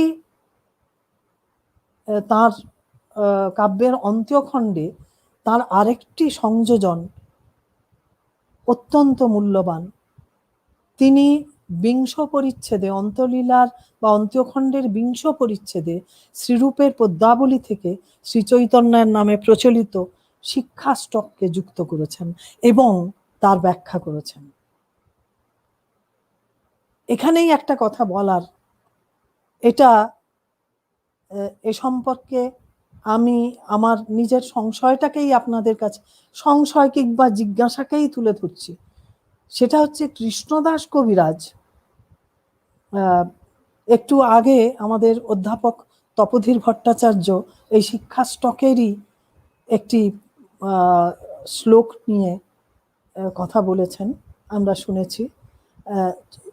কৃষ্ণদাস কবিরাজ গোস্বামী শাস্ত্র সমুদ্র মন্থন করে, গোস্বামী শাস্ত্র পাঠ করে বাংলায় গৌড়ীয় বৈষ্ণব দর্শন তৈরি করলেন, নির্মাণ করলেন, পৌঁছে দিলেন সব বাঙালির কাছে। মধ্যযুগের একটি অসামান্য বাংলা ভাষায় দর্শন গ্রন্থ লেখা হলো, আমরা তার কাছে কৃতজ্ঞ।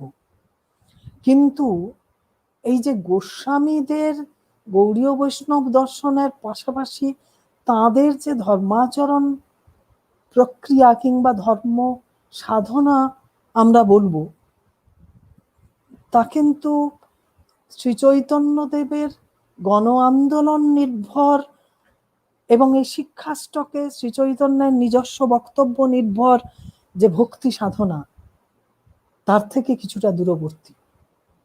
শিক্ষাষ্টকের দ্বিতীয় শ্লোকে শ্রী চৈতন্যদেব বলেছেন, মানে সেখানে তিনি নিজেকে অসংখ্য সাধারণ মানুষের সঙ্গে এক করে নিয়েছেন। তিনি বলছেন সেখানে যে তোমার অসংখ্য নাম, যে কোনো নামে আমি তোমাকে ডাকতে পারি, তুমি আমায় সেই অনুমতি দিয়েছো, তুমি সেই কৃপা করেছো। তুমি স্থানকালের ভেদ রাখনি, যে কোনো সময় তোমার নাম উচ্চারণ করতে পারি, কিন্তু তবুও আমি এমনই অভাগা, আমি মূল সংস্কৃতটা মনে নেই তাই আপনাদের কাছে এইভাবে অনুবাদটাকে তুলে ধরছি। এমনই অভাগা যে তারপরও তোমার নাম উচ্চারণ করা হয়ে ওঠে না। নাম সংকীর্তনের চেয়েও আমাদের সেই পুরাণের একটা গল্প মনে পড়ে যায়, অপ্রাসঙ্গিক হবে না তাই আপনাদের কাছে একটু বলছি। ওই যে নারদের তেলের বাটির গল্প, তিনি একটা তেলের বাটি বয়ে নিয়ে যেতে গিয়ে বিষ্ণু নাম কৃষ্ণ নাম উচ্চারণ করতে ভুলে গিয়েছিলেন। আর যে হাড় ভাঙা পরিশ্রম করে যে কৃষকটি, যে মানুষটি, সে দিনান্তে কিন্তু তার জীবিকা যাপনের পরও কৃষ্ণ নাম করেছে, তাকেই শ্রেষ্ঠ ভক্ত বলেছেন দেবতা, ঈশ্বর। সেই কথাই আমাদের মনে পড়ে যায়। আনুষ্ঠানিকতাবিহীন সর্বসাধারণ গম্য ভক্তি ধর্মের চূড়ান্ত, ভক্তি ধর্ম আচরণের চূড়ান্ত দৃষ্টান্ত শিক্ষাষ্টকের 2য় শ্লোকে শ্রী চৈতন্যের এই আকুতি নিবেদন বা নির্দেশটি। কৃষ্ণদাস কবিরাজ দুটো পরস্পর বিরোধী জিনিসকে কি তাহলে একসঙ্গে রাখলেন? আমরা কি বলবো, কিভাবে ব্যাখ্যা করব এই বিষয়টিকে, আপনাদের একটু ভাবতে বলি। 500 বছর আগের এই বাঙালি, সুকুমার সেনের মতে শ্রেষ্ঠ বাঙালি, 16শ শতাব্দীর সময় পরিসরে তার বৈপ্লবিক ধর্মাদর্শ ভিত্তিক চূড়ান্ত মানবতাবাদ এখনো কতটা প্রাসঙ্গিক তার পরিচয় পাওয়া যায় আধুনিক যুগেও তার জীবন ও আদর্শ নিয়ে অবিরল চর্চায়, চৈতন্য কথার উজ্জ্বল বিস্তারে। 19শ শতাব্দীতে কেশবচন্দ্র সেন, বিজয়কৃষ্ণ গোস্বামী, তার দীক্ষিত শিষ্য অশ্বিনী কুমার দত্ত প্রমুখের ভক্তি ব্যাকুলত ভাবুকতা নিঃসন্দেহে শ্রী চৈতন্য দেবের কথাই মনে করিয়ে দেয়। কিন্তু এই প্রসঙ্গে আমাদের বিশেষভাবে উল্লেখ করতে হয় নবগৌরাঙ্গ আন্দোলনের প্রবক্তা শিশির কুমার ঘোষের কথা। শাক্ত পরিবারের এই সন্তান কেশবচন্দ্রের আকর্ষণে 1859 ব্রাহ্ম সমাজে যোগ দেন, কিন্তু ব্রাহ্ম ধর্মের মধ্যে অতিরিক্ত খ্রিস্ট ধর্মের প্রভাব আর ভক্তদের কেশব পূজা তাকে ব্রাহ্ম ধর্ম ত্যাগ করতে বাধ্য করে। মাঝখানে নানা কর্মকাণ্ড ও ধর্মকাণ্ডে লিপ্ত থাকার পর জ্ঞানবাদী কর্মযোগী শিশির কুমার শেষ পর্যন্ত বৈষ্ণব ধর্ম গ্রহণ করেন। শুধু অমিয় নিমাই চরিত নয়, তাঁর পৃষ্ঠপোষকতায় রাধিকানাথ গোস্বামী আর কেদারনাথ দত্তর সম্পাদনায় প্রকাশিত হয় শ্রী শ্রী বিষ্ণুপ্রিয়া পত্রিকা। 1899 প্রতিষ্ঠিত হয় গৌরাঙ্গ সমাজ। বঙ্কিমের হিন্দু পুনরুজ্জীবনবাদের সমধর্মী এটি নয়। শিশির কুমারের অন্যান্য কর্মকাণ্ডে ঔপনিবেশিকতার বিরুদ্ধে জাতীয়তাবাদী চেতনার বিস্ফার থাকলেও তার চৈতন্য ভক্তি আর নবগৌরাঙ্গ আন্দোলনকে কিন্তু আমরা 19 শতকের ধর্ম সংস্কারমূলক ব্রাহ্ম ধর্ম আন্দোলনের উদ্দেশ্য ভ্রষ্টতার বিরুদ্ধে প্রতিবাদী বলতে পারি। 19 শতক ছাপিয়ে বিংশ শতাব্দী, একবিংশ শতাব্দীতেও কথা সাহিত্যে, কবিতায়, চিত্রকলার প্রসঙ্গ এত ব্যাপক, এত বিপুল, সেখানে চৈতন্যদেবকে নানাভাবে দেখা সেই অবনীন্দ্রনাথের সময় থেকে শুরু করে এখনো পর্যন্ত। কিন্তু আমাদের পরিসর এটা নয়, আমি এই প্রসঙ্গটাও পরিহার করে যাচ্ছি। অন্য প্রসঙ্গ, এই আধুনিক বিষয়ের প্রসঙ্গ খুবই অল্প বলবো, কারণ আমি সম্পূর্ণ তথ্য বা তার ব্যাখ্যা করার উপকরণগুলো পাইনি, এটা নির্দ্বিধায় স্বীকার করছি।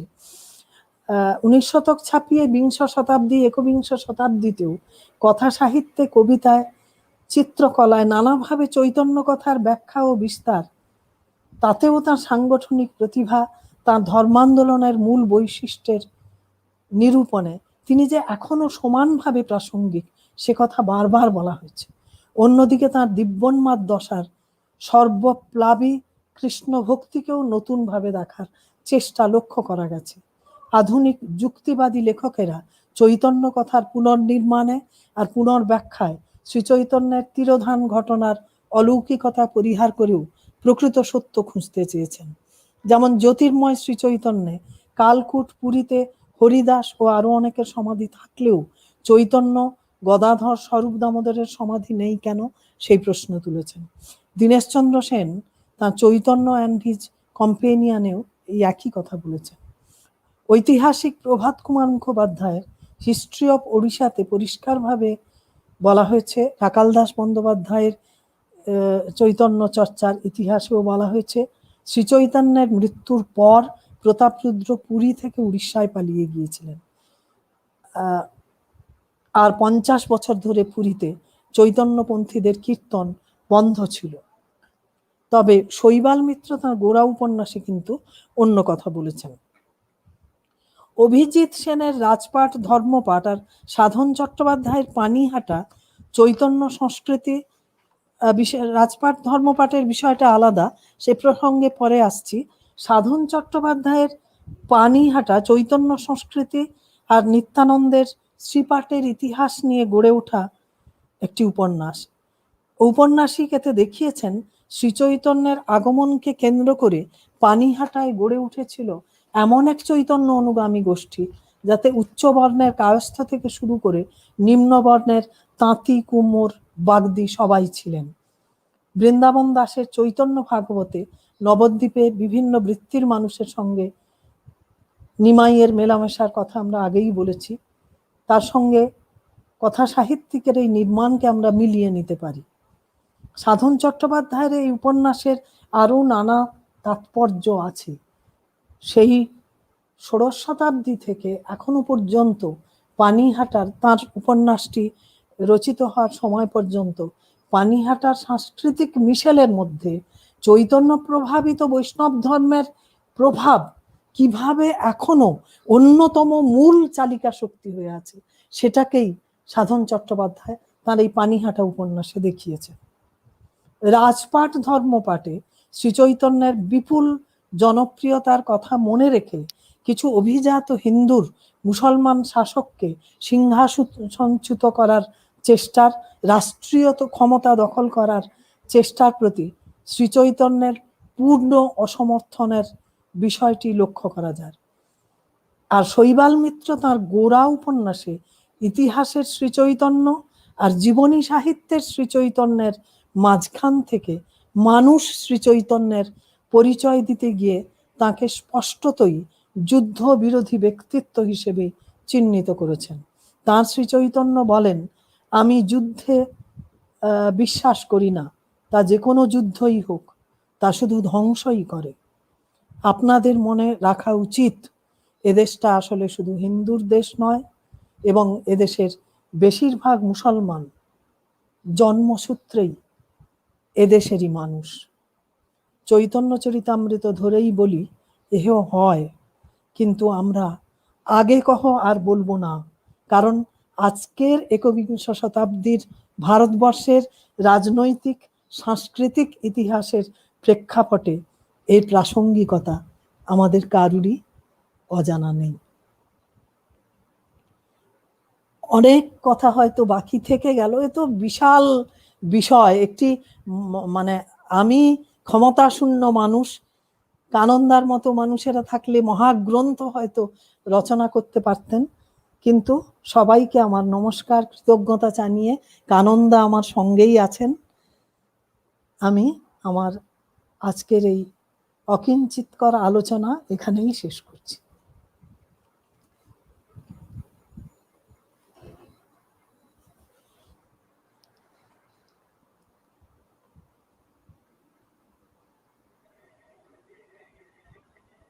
একটি চমৎকার আলোচনা আমরা শুনলাম তখন। তো নিরুপম এ ধরনের স্মারক বক্তৃতার পরে তো সাধারণত প্রশ্নোত্তর থাকে না, তো এই বিষয়ে তোমার অভিমত কি? আপনি ঠিকই বলেছেন স্যার। আমি শুধু যারা এতক্ষণ ধরে সেমিনার শুনছেন তারা প্রত্যেকেই উপকৃত হচ্ছেন, এবং নতুন নতুন ভাবনা ম্যাম উস্কে দিলেন, এরকম সব মন্তব্য এসছে। খুব সুন্দর লাগছে আলোচনা, অনেক সমৃদ্ধশালী আলোচনা, খুব ভালো লাগছে। ফলে কেউ প্রশ্ন তো কিছুই করেননি, প্রত্যেকেই তাদের ভালো লাগাটুকু জানিয়েছেন। ফলে স্যার আপনি পরবর্তী বিষয়টা এগিয়ে নিয়ে যান। তো আসলে কিছু টিকাভাষ্য হয়তো করা যেতে পারতো, কিন্তু আমি হ্যাঁ, মনে আমি করছি শুনতে যে চাই, আপনার টিকাভাষ্যটা একটু শুনতে চাই। না না না, এটা আজকের ইয়েতে মানাবে না। আমি শুধু একটি কথাই বলবো, এটা আমার নিজেকে বলা, এটা নিশ্চয়ই অধ্যাপক সত্যবতী গিরিকে নয়, হয়তো যারা শুনছেন তরুণতর প্রজন্মের যারা আছেন তাদের বলতে পারি যে আহ, একটা কথা আছে গীতাতেই, আমি একটা শব্দটাই ব্যবহার করছি, জানা কথাই, নতুন কথা কিছু বলবো না, পরিপ্রশ্নেন। এই পরিপ্রশ্ন শব্দটা নিয়ে জ্যোতি ভট্টাচার্য মশাইও একটা বই লিখেছেন, আমরা জানি, বিখ্যাত বই। আসলে নতুন নতুন জিজ্ঞাসা যদি উস্কে না দেওয়া যায়, তাহলে কোনো আলোচনাই, সে 21 শতকের বিষয়ই হোক আর 16 শতকের চৈতন্যদেবী হন, এর সার্থকতা থাকে না। এতক্ষণ ধরে আমরা এ বিষয়ে আর বিশেষজ্ঞতার দাবি সম্পর্কে কারোর দ্বিমত নেই, সে অধ্যাপক সত্যবতী গিরির একটি অত্যন্ত সানুপুঙ্খ আলোচনা আমরা শুনলাম। তবে যদি কারোর মনে কোনো প্রশ্ন থাকে, তিনি সেটা উস্কে দিয়েছেন, এটাই আমি মনে করব। কারণ ওই বিশেষ করে দুটো জায়গায় আমি লক্ষ্য করতে বলি, অনেক জায়গায়, অ্যাকচুয়ালি দুটো নয়, তিনটে। এক হচ্ছে ওই যে লোকনাটক পরিবেশনার মধ্য দিয়ে চৈতন্য সংস্কৃতির যে ক্রমবিকাশ বা তার যে আরো একটা নতুন মাত্রা যুক্ত হলো, গবেষকরা এটার খুব গভীরে গিয়ে ভাবতে পারেন। সত্যবতী দি হ্যাঁ, আমাদের নিঃসন্দেহে। এই লোকনাটকের ব্যাপারটা, এটা কিন্তু আমি শুধু কথার ছলে একটা কথা উচ্চারণ করছি না।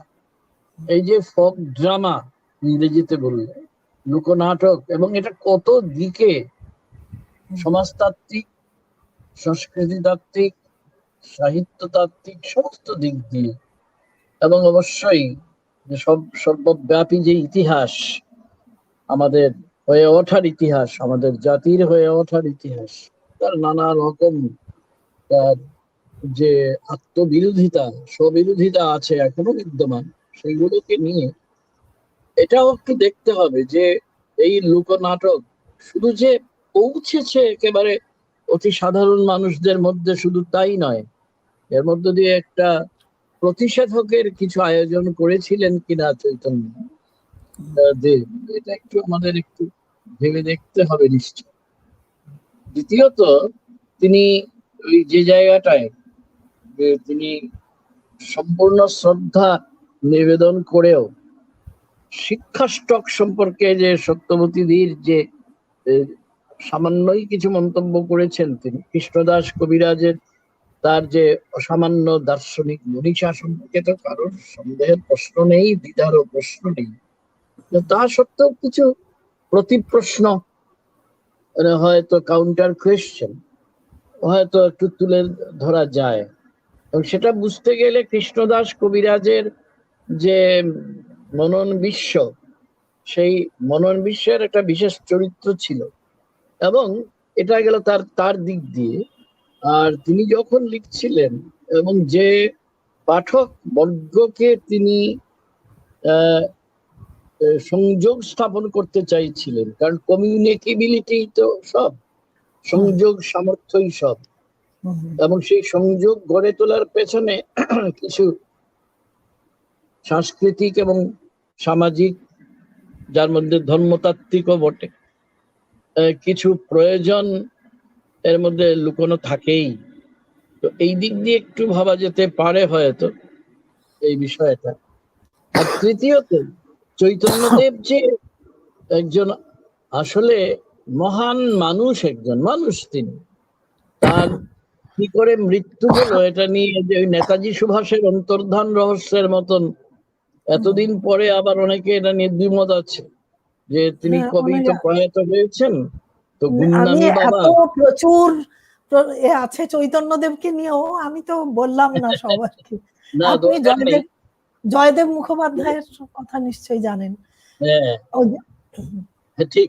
এবং এটা নিয়ে একদম একটু ভালোভাবে আলোচনা করা দরকার, কারণ হ্যাঁ, যেখানে রহস্য সেখানেই আমরা ব্যোমকেশ বক্সীর মতন বলুন আর যে আমাদের ফেলুদার মতোই করে বলুন, আমরা কিন্তু রহস্য উন্মোচন করতে যাই। এটাতে চৈতন্যদেবকে বুঝতে আমাদের সুবিধে হয়। সম্পূর্ণ জীবনটাকে তো আমাদের জানতে হবে। আর ঠিক। জীবনী সাহিত্য যাকে নিয়ে এত চমৎকার গড়ে উঠলো বাংলায়, সংস্কৃততে, এমনকি উড়িয়া ভাষা সম্পর্কেও, সাহিত্য সম্পর্কেও কিছু কথা বললেন। তো এদের মধ্যে সঞ্চালন করতে চাওয়াটা নিশ্চয়ই আমাদের উপযুক্ত কাজ হবে। কিন্তু কথা হচ্ছে যে জন্য বিপুল অধ্যবসায় দরকার, সেই অধ্যবসায়ে আমরা আজকাল খুব দুর্ভাগ্যজনকভাবে পরাঙ্মুখ হয়ে গেছি। তো আজকের এই আলোচনা, বিশেষ করে যার নামে এটা আমরা করলাম, অধ্যাপক কানন গোস্বামী যে স্মৃতি সংসদ, এই নামে ভবিষ্যতে আরো হবে, এগুলো যদি আমাদের প্রশ্ন এরকম উস্কে দেয়, তাহলে আমাদের মধ্যে যারা নিজেদের সারা জীবনের যে বিদ্যাবত্তা, তার অনুশীলন, তার অভ্যাসের দিক দিয়ে অনেকগুলো সংকেত রেখা তৈরি করে দিয়েছেন সত্যবতী গিরিয়াজ, তো তার মতো এই যে অধ্যবসায়ী হয়তো অনেকেই হতে পারবেন না, কিন্তু তাদের একটা আমাদের রোল মডেল বলে ভাবতে অসুবিধে কি? আমার মনে হয় যে একটু রোল মডেল বলে ভাবলে আমরা কেউ কিছু মনে করবেন না ভাই।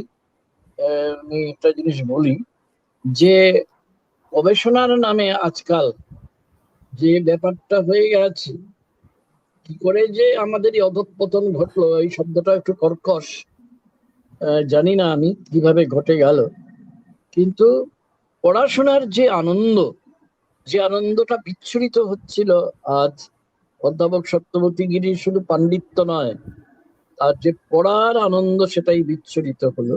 এই আনন্দটা কি আমরা নিতে পারি না? এই আনন্দটাই যেন আমরা নিতে পারি, কারণ আনন্দাধ্যে বখল্লিমানি ভূতানি জায়ন্তে, ঠিক না? উপনিষদের এই কথা তো মিথ্যে নয়।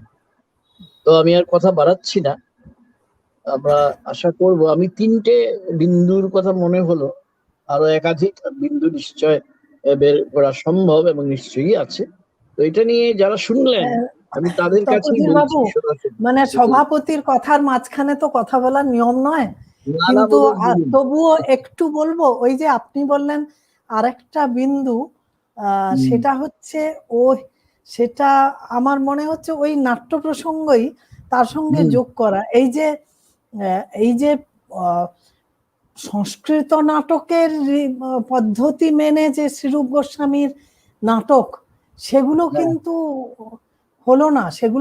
সেগুলো টুকরো টুকরো ভাঙা ভাঙা হয়ে যদুনন্দনের অনুবাদে, অন্যদের অনুবাদে যখন পালা হয়ে গেল, কৃষ্ণযাত্রার পালা, তখনই সেগুলো পপুলার হলো।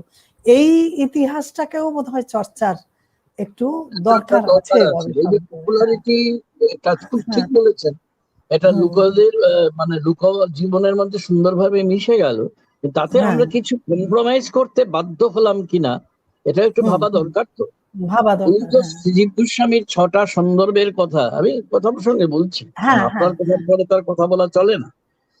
শ্রীজীব গোস্বামীর 6 সন্দর্ভ, এই সন্দর্ভগুলোকে আমরা একটু ফুল বেল পাতা দিয়ে সন্তুষ্ট থাকি, কিন্তু প্রীতি সন্দর্ভ, পরমাত্মা সন্দর্ভ, শ্রীকৃষ্ণ সন্দর্ভ, এটা তো এমন কিছু কঠিন সংস্কৃতও নয়। আমি একটু সংস্কৃতের ছাত্র ছিলাম, তো তাই বোধহয় দায়িত্ব নিয়ে বলতে পারি, অনেক সহজ সংস্কৃত ভাষায় সহজভাবে অনেক কিছু আছে, এইগুলোকে যদি একটু পড়া যেত ভালো হতো নাকি? এমনকি যদিও শ্রীরূপ গোস্বামীর বই, তবু কিছু আমরা কিছু কিছু অংশ আমরা পড়েছি, পুরোটা পড়েছি কিনা জানি না, কিন্তু এই যে আপনি বিদগ্ধ মাধবের কথা বললেন, ললিত মাধবের কথা বললেন, এই যে দানকেলি কৌমুদীর কথা বললেন, তার সঙ্গে সনাতন গোস্বামীর যে তার যে টিকা, এই সমস্ত কিছু মিলিয়ে একটু যদি করা যেত, তাহলে আপনি যেটা বললেন যে ভগীরথের মতন হয়তো ওই শিবের জটাজাল থেকে গঙ্গাকে মুক্ত অনেকেই করেছেন, সংস্কৃত নাটকের থেকে সরিয়ে সংস্কৃতের সংস্কৃত পড়তে গেলে কিন্তু এলোমেলো হঠাৎ করে একটুখানি গেলাম এইভাবে হয় না, কিন্তু এটা সম্পূর্ণ একটা পদ্ধতি আছে। এই পদ্ধতিটিকে পাশ কাটিয়ে গিয়ে শুধুমাত্র পপুলার, কোট আনকোট পপুলার করে তোলার মধ্যে আমরা অনেক কিছু হারিয়েছি কিনা সেটা একটু দেখতে হবে। এবং চৈতন্যদেবের যে কিছু কিছু খুবই কম কিন্তু আছে কিছু জিনিস, এইগুলোকে একটু বিশদভাবে ব্যাখ্যা বিশ্লেষণেরও প্রয়োজন আছে নিশ্চয়। আপনি বিল্বমঙ্গলের কথা বলেছিলেন, আমার তখনই হ্যাঁ। মনে হচ্ছিল লীলাশোক, বিল্বমঙ্গল, হ্যাঁ, এরকম অনেক, এদের সবার কথাই আমরা জানি অল্প বিস্তর, কিন্তু এদের নিয়ে একটু ভালোভাবে আরো একটু আজকের 21 শতকের তৃতীয় দশকের এই সূচনা বছর 2021-এ আমাদের চিন্তা ভাবনা তো অনেক কিছু পাল্টে গেছে। যুক্তিবাদ বললাম, ঠিক আছে, যুক্তিবাদ মানে কি? ওটা খায় না মাথায় দেয়, ওটা কিভাবে প্রয়োগ করবো? যে কোনো বিদ্যাই তো আপনার পরীক্ষিত হয় প্রয়োগের মধ্যে। এটা চৈতন্যদেব বিষয় নয় কেন? আজকাল আমরা যেটা নানা বিষয় থেকে যে সমস্ত বোধ আমরা আহরণ করছি নতুন ভাবে, এটাই হচ্ছে আমার বক্তব্য। এটা কি কেবলমাত্র আধুনিক বা তথাকথিত আধুনিকোত্তর যুগে সীমাবদ্ধ থাকবে তার টেক্সট নিয়ে? আমাদের যে ঐতিহ্য, আমাদের যে পরম্পরা, সেটাকে আমরা নতুন করে অনুশীলন করব না কেন? কারণ এই যে কথাটা আছে না, যে আমাদের সত্তার নির্যাস হলো আমরা কি ছিলাম, হেগেলের কথা, মূল জার্মান ভাষায়। আমাদের সত্তার নির্যাস হলো আমরা কি ছিলাম, এটা তো কথার কথা মাত্র নয়। আমরা যখন পড়াশোনা করি এই চিন্তা ভাবনাগুলো যায় কোথায়? তাই আমার এই একটাই আবেদন সবার কাছে, যারা শুনলেন বিশেষ করে, এবং তার মধ্যে নবীন প্রজন্মের অনেকেই আছেন বলে আমি অনুমান করছি, আপনারা অনুগ্রহ করে মনে রাখবেন যে সমগ্রতায় বিচার করতে হয়, খণ্ডিত করে নয়। আর সব জিনিসকে টুকরো করে আনা কাদের পদ্ধতি, রক্তকর্মীর কল্যাণে আপনারা জানেন, রবীন্দ্রনাথের বিখ্যাত সংলাপ এই নাটকে। তো টুকরো করে নয়, সমগ্রতার নিরিখে যদি বিচার করা যায়, তাহলেই আজকে যেটা আমরা শুনলাম অধ্যাপক সত্যবতী গিরির কাছে যে সমস্ত এই প্রেক্ষণ বিন্দু তিনি আমাদের উপহার দিলেন, এটাই সবচেয়ে বেশি গুরুত্বপূর্ণ। তিনি কি বললেন সেটা নয়, তিনি যে প্রেক্ষণ বিন্দুগুলো আমাদের সামনে আজকে যাকে বলা ইংরেজিতে বলে পজিট করলেন, তিনি আমাদের সামনে একটা নতুন পজিশনে নিয়ে এলেন, দেখার পজিশন, ভিক্ষাভূমি নির্দেশ করে দিলেন। সেটা সেইখান থেকে হয়তো আমাদের পরবর্তী কাজগুলো শুরু হতো। যাই হোক, আমি বোধহয় সভাপতির ভাষণের পক্ষে একটু বেশি সময় নিয়ে ফেলেছি। আরো একটু বললেও ভালো হতো। না না না, আর কিছু বলার নেই, আপনার কথার পরে আর বেশি কথা বলা উচিত। তো এই আমি আপাতত আমার এই পর্যন্তই বলা। আজকের আলোচনা সভার সভাপতি এবং আলোচক দুজনকেই আমাদের সংস্থার পক্ষ থেকে ধন্যবাদ জ্ঞাপন করছি। ইতিমধ্যে স্ক্রিনে ইউটিউবে যারা আছেন ফিডব্যাক ফর্ম দেওয়া আছে, কারণ সার্টিফিকেটের ব্যবস্থা আছে। ফিডব্যাক ফর্ম আপনারা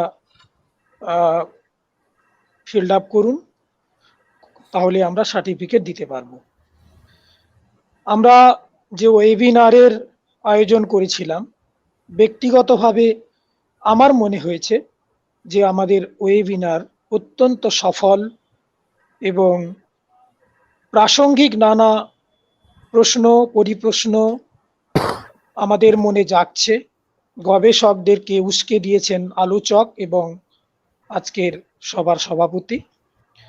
আমরা অনলাইন প্ল্যাটফর্মে সম্মাননা পত্র আমাদের আজকের প্রথমত সভাপতি এবং আলোচক এবং সহযোগী অধ্যাপক, কলেজের অধ্যক্ষ, তাদের তিনজনকে সংস্থার পক্ষ থেকে আমরা পাঠিয়ে দেব। আমরা কৃতজ্ঞতায় আবদ্ধ হয়েছি এবং আপনাদেরকে পুনর্বার সংস্থার পক্ষ থেকে অভিনন্দন এবং শ্রদ্ধা জানাচ্ছি। ধন্যবাদ জ্ঞাপন করতেই হবে, বারবার কৃতজ্ঞতা জানাচ্ছি আমাদের আজকের সভাপতি অধ্যাপক তপোধীর ভট্টাচার্য, আজকের আলোচক সত্যবতী গিরি। তাদের কর্মব্যস্ততার মধ্য থেকে তারা যে মূল্যবান আলোচনা এবং সময় অধ্যাপক কানন বিহারী গোস্বামী স্মৃতি সংসদের জন্য দিলেন, তার জন্য আমরা চিরকৃতজ্ঞ থাকলাম। আমরা ঠিক করেছিলাম যে বিভিন্ন কলেজের পক্ষ থেকে আমরা বিভিন্ন কলেজকে আহ্বান করব। আমাদের প্রত্যেক বছর যে সেমিনার হবে, যেটা আমাদের সংস্থার সভাপতি বলেছেন, তাদের কথা আমরা স্মরণে রাখবো, তাদের প্রতি কৃতজ্ঞতা। প্রথম ওয়েবিনারের সহযোগী কলেজ ভাঙড় মহাবিদ্যালয়, তার অধ্যক্ষ ডক্টর বীর বিক্রম রায়, তাকেও আমরা সম্মাননা পত্র পাঠিয়ে দেব। আমি বিশেষভাবে উল্লেখ করতে চাইছি যে ভাঙড় মহাবিদ্যালয়ের বাংলা বিভাগ, যারা আমার পাশে থেকে এই ওয়েবিনারের কাজটিকে কিছুটা এগিয়ে নিয়ে যেতে সাহায্য করেছেন, আমি তাদের নামগুলো বলি। অধ্যাপক দয়াল হরি সর্দার, অধ্যাপক পূর্বাশা ব্যানার্জি, অধ্যাপক শর্মিষ্ঠা সাধু, অধ্যাপক দীপালি হালদার এবং অধ্যাপক রাজু নস্কর। ধন্যবাদ জানাচ্ছি ভাঙড় মহাবিদ্যালয়ের শিক্ষক শিক্ষাকর্মী সকলকে। ধন্যবাদ আমাদের স্মৃতি সংসদের সকল সদস্যকে। আর বিশেষভাবে ধন্যবাদ জ্ঞাপন করব যারা নেপথ্যে থেকে আমাদের এই ওয়েবিনারটিকে সফলতার পথে নিয়ে গেলেন। সেই সুখেন্দু খাটুয়া স্যারের পিএইচডি স্কলার এবং একেবারে শেষের দিকের গবেষক, এবং আর একজনের কথা না বললে নয়, অধ্যাপিকা মধুমিতা মজুমদার, যিনি আমাদের এই ওয়েবিনারের এই প্ল্যাটফর্মে এই কার্যক্রমকে পরিচালনা করার জন্য সাহায্য করেছেন। এদের প্রত্যেককে আমার কৃতজ্ঞতা। আমি এবার একটু আহ্বান করব সংস্থার সভাপতি অধ্যাপক মুনমুন গঙ্গোপাধ্যায়কে। তিনি আজকের এই ওয়েবিনার সম্পর্কে দু এক কথা বলে তিনি সমাপ্তি ঘোষণা করবেন। অধ্যাপিকা মুনমুন গঙ্গোপাধ্যায়। হ্যাঁ দিদি। আসলে অল্প সময়ের জন্য আমি কি মোবাইলের যান্ত্রিক সমস্যা হয়েছিল জানি না, একটুখানি বেরিয়ে গিয়েছিলাম, তারপর অনেক চেষ্টা করে আবার ঢুকেছি। যাই হোক, যে আলোচনা শুনলাম, সভাপতির অভিভাষণ এবং বক্তার বক্তব্য, এখানে আমার কিছু বলা মানে সেটা অতি কথন, এবং সেটা বলবার মতো কোনো জায়গা সম্ভবত নেই। শুধু বিনীতভাবে আমি একটা কথা বলতে চাই যে তপোধীর বাবু, মাননীয় অধ্যাপক তপোধীর ভট্টাচার্য, আমার স্যার বলাই উচিত তাকে, তিনি যে নাট্য চর্চার কথা বললেন, সত্যপতি দিয়েও বললেন, মাননীয় সত্যপতি গিরি, তিনিও বললেন চৈতন্যদেবের নাট্য চর্চার কথা। আমার এমফিলের গবেষণা এবং পিএইচডির গবেষণার মধ্যে চৈতন্যদেবের নাট্য চর্চাটাই ছিল মূল বিষয়। তো কিছু গবেষণার পর আরো কিছু বলার বিষয় নিশ্চয়ই থেকে যায়। আমি যে কাজটা শুরু করেছি হয়তো আরো তথ্য দিয়ে সেটাকে শেষ করবার, বা আরো তথ্য দিয়ে সেটাকে আরো সম্পূর্ণতার দিকে নিয়ে যাবার প্রয়োজন আছে, আরো প্রশ্ন, আরো জিজ্ঞাসা তৈরি হওয়ার অবকাশ আছে। আমি শুধু স্যারের জ্ঞাতার্থে এটা বললাম যে এই চেষ্টাটুকু কিন্তু আমার মাননীয় প্রয়াত স্যার অধ্যাপক কানন বিহারী গোস্বামীর উদ্যোগে এবং তার সহযোগিতাতে আমি সম্পন্ন করতে পেরেছিলাম। তাই আজকে এই সভা শেষ হবার আগে আমি সকলকে আমার বিনম্র শ্রদ্ধা জানাচ্ছি। এখানে যারা বক্তব্য রেখেছেন, সভাপতিত্ব করেছেন, যারা উপস্থিত থেকেছেন, এবং আমার মাস্টার মশাই অধ্যাপক কানন বিহারী গোস্বামীকে তার স্মৃতির প্রতি আমার সশ্রদ্ধ প্রণাম জানাচ্ছি। উপস্থিত সকলকে শুভেচ্ছা জানাচ্ছি। যারা নেপথ্যে এবং প্রত্যক্ষে আছেন সবাইকে শ্রদ্ধা প্রণাম জানাচ্ছি, যথাযোগ্য সম্মান প্রদর্শন করছি। যারা আজকে উপস্থিত ছিলেন তাদের আমি আশা করব যে আপনাদের এই সহযোগিতায় ভাঙড় মহাবিদ্যালয় যেভাবে আমাদের পাশে এসে দাঁড়িয়েছেন বীরবিক্রম রায় মহাশয় অধ্যক্ষ। সেরকম ভাবে অন্যান্য মহাবিদ্যালয় বা বিশ্ববিদ্যালয় আমাদের দিকে হয়তো সহযোগিতার হাত বাড়িয়ে দেবেন। একটা ভালো প্রচেষ্টাকে এগিয়ে নিয়ে যেতে গেলে অনেকের সাহায্য লাগে, সেই সাহায্যটুকু পেলে আমরা হয়তো আমাদের পরিকল্পনাগুলোকে বাস্তবায়িত করতে পারবো। সকলকে ধন্যবাদ, প্রণাম, শ্রদ্ধা, আন্তরিক কৃতজ্ঞতা। নমস্কার। ধন্যবাদ। তাহলে হ্যাঁ, সভাপতির শেষ হলো তো? হ্যাঁ নিশ্চয়ই, আমাদের আজকের ওয়েবিনারের সমাপ্তি দিদি বলেই দিয়েছেন। আমিও বলছি যে প্রত্যেককে কৃতজ্ঞতা জানাচ্ছি, আর ফিডব্যাক ফর্ম যারা ফিল আপ করেছেন তারা তাদের নির্দিষ্ট মেলেতে সার্টিফিকেট পেয়ে যাবেন। এই কথাগুলো বলে সবাইকে শুভরাত্রি জানিয়ে আমরা বিদায় নিচ্ছি। ঠিক আছে।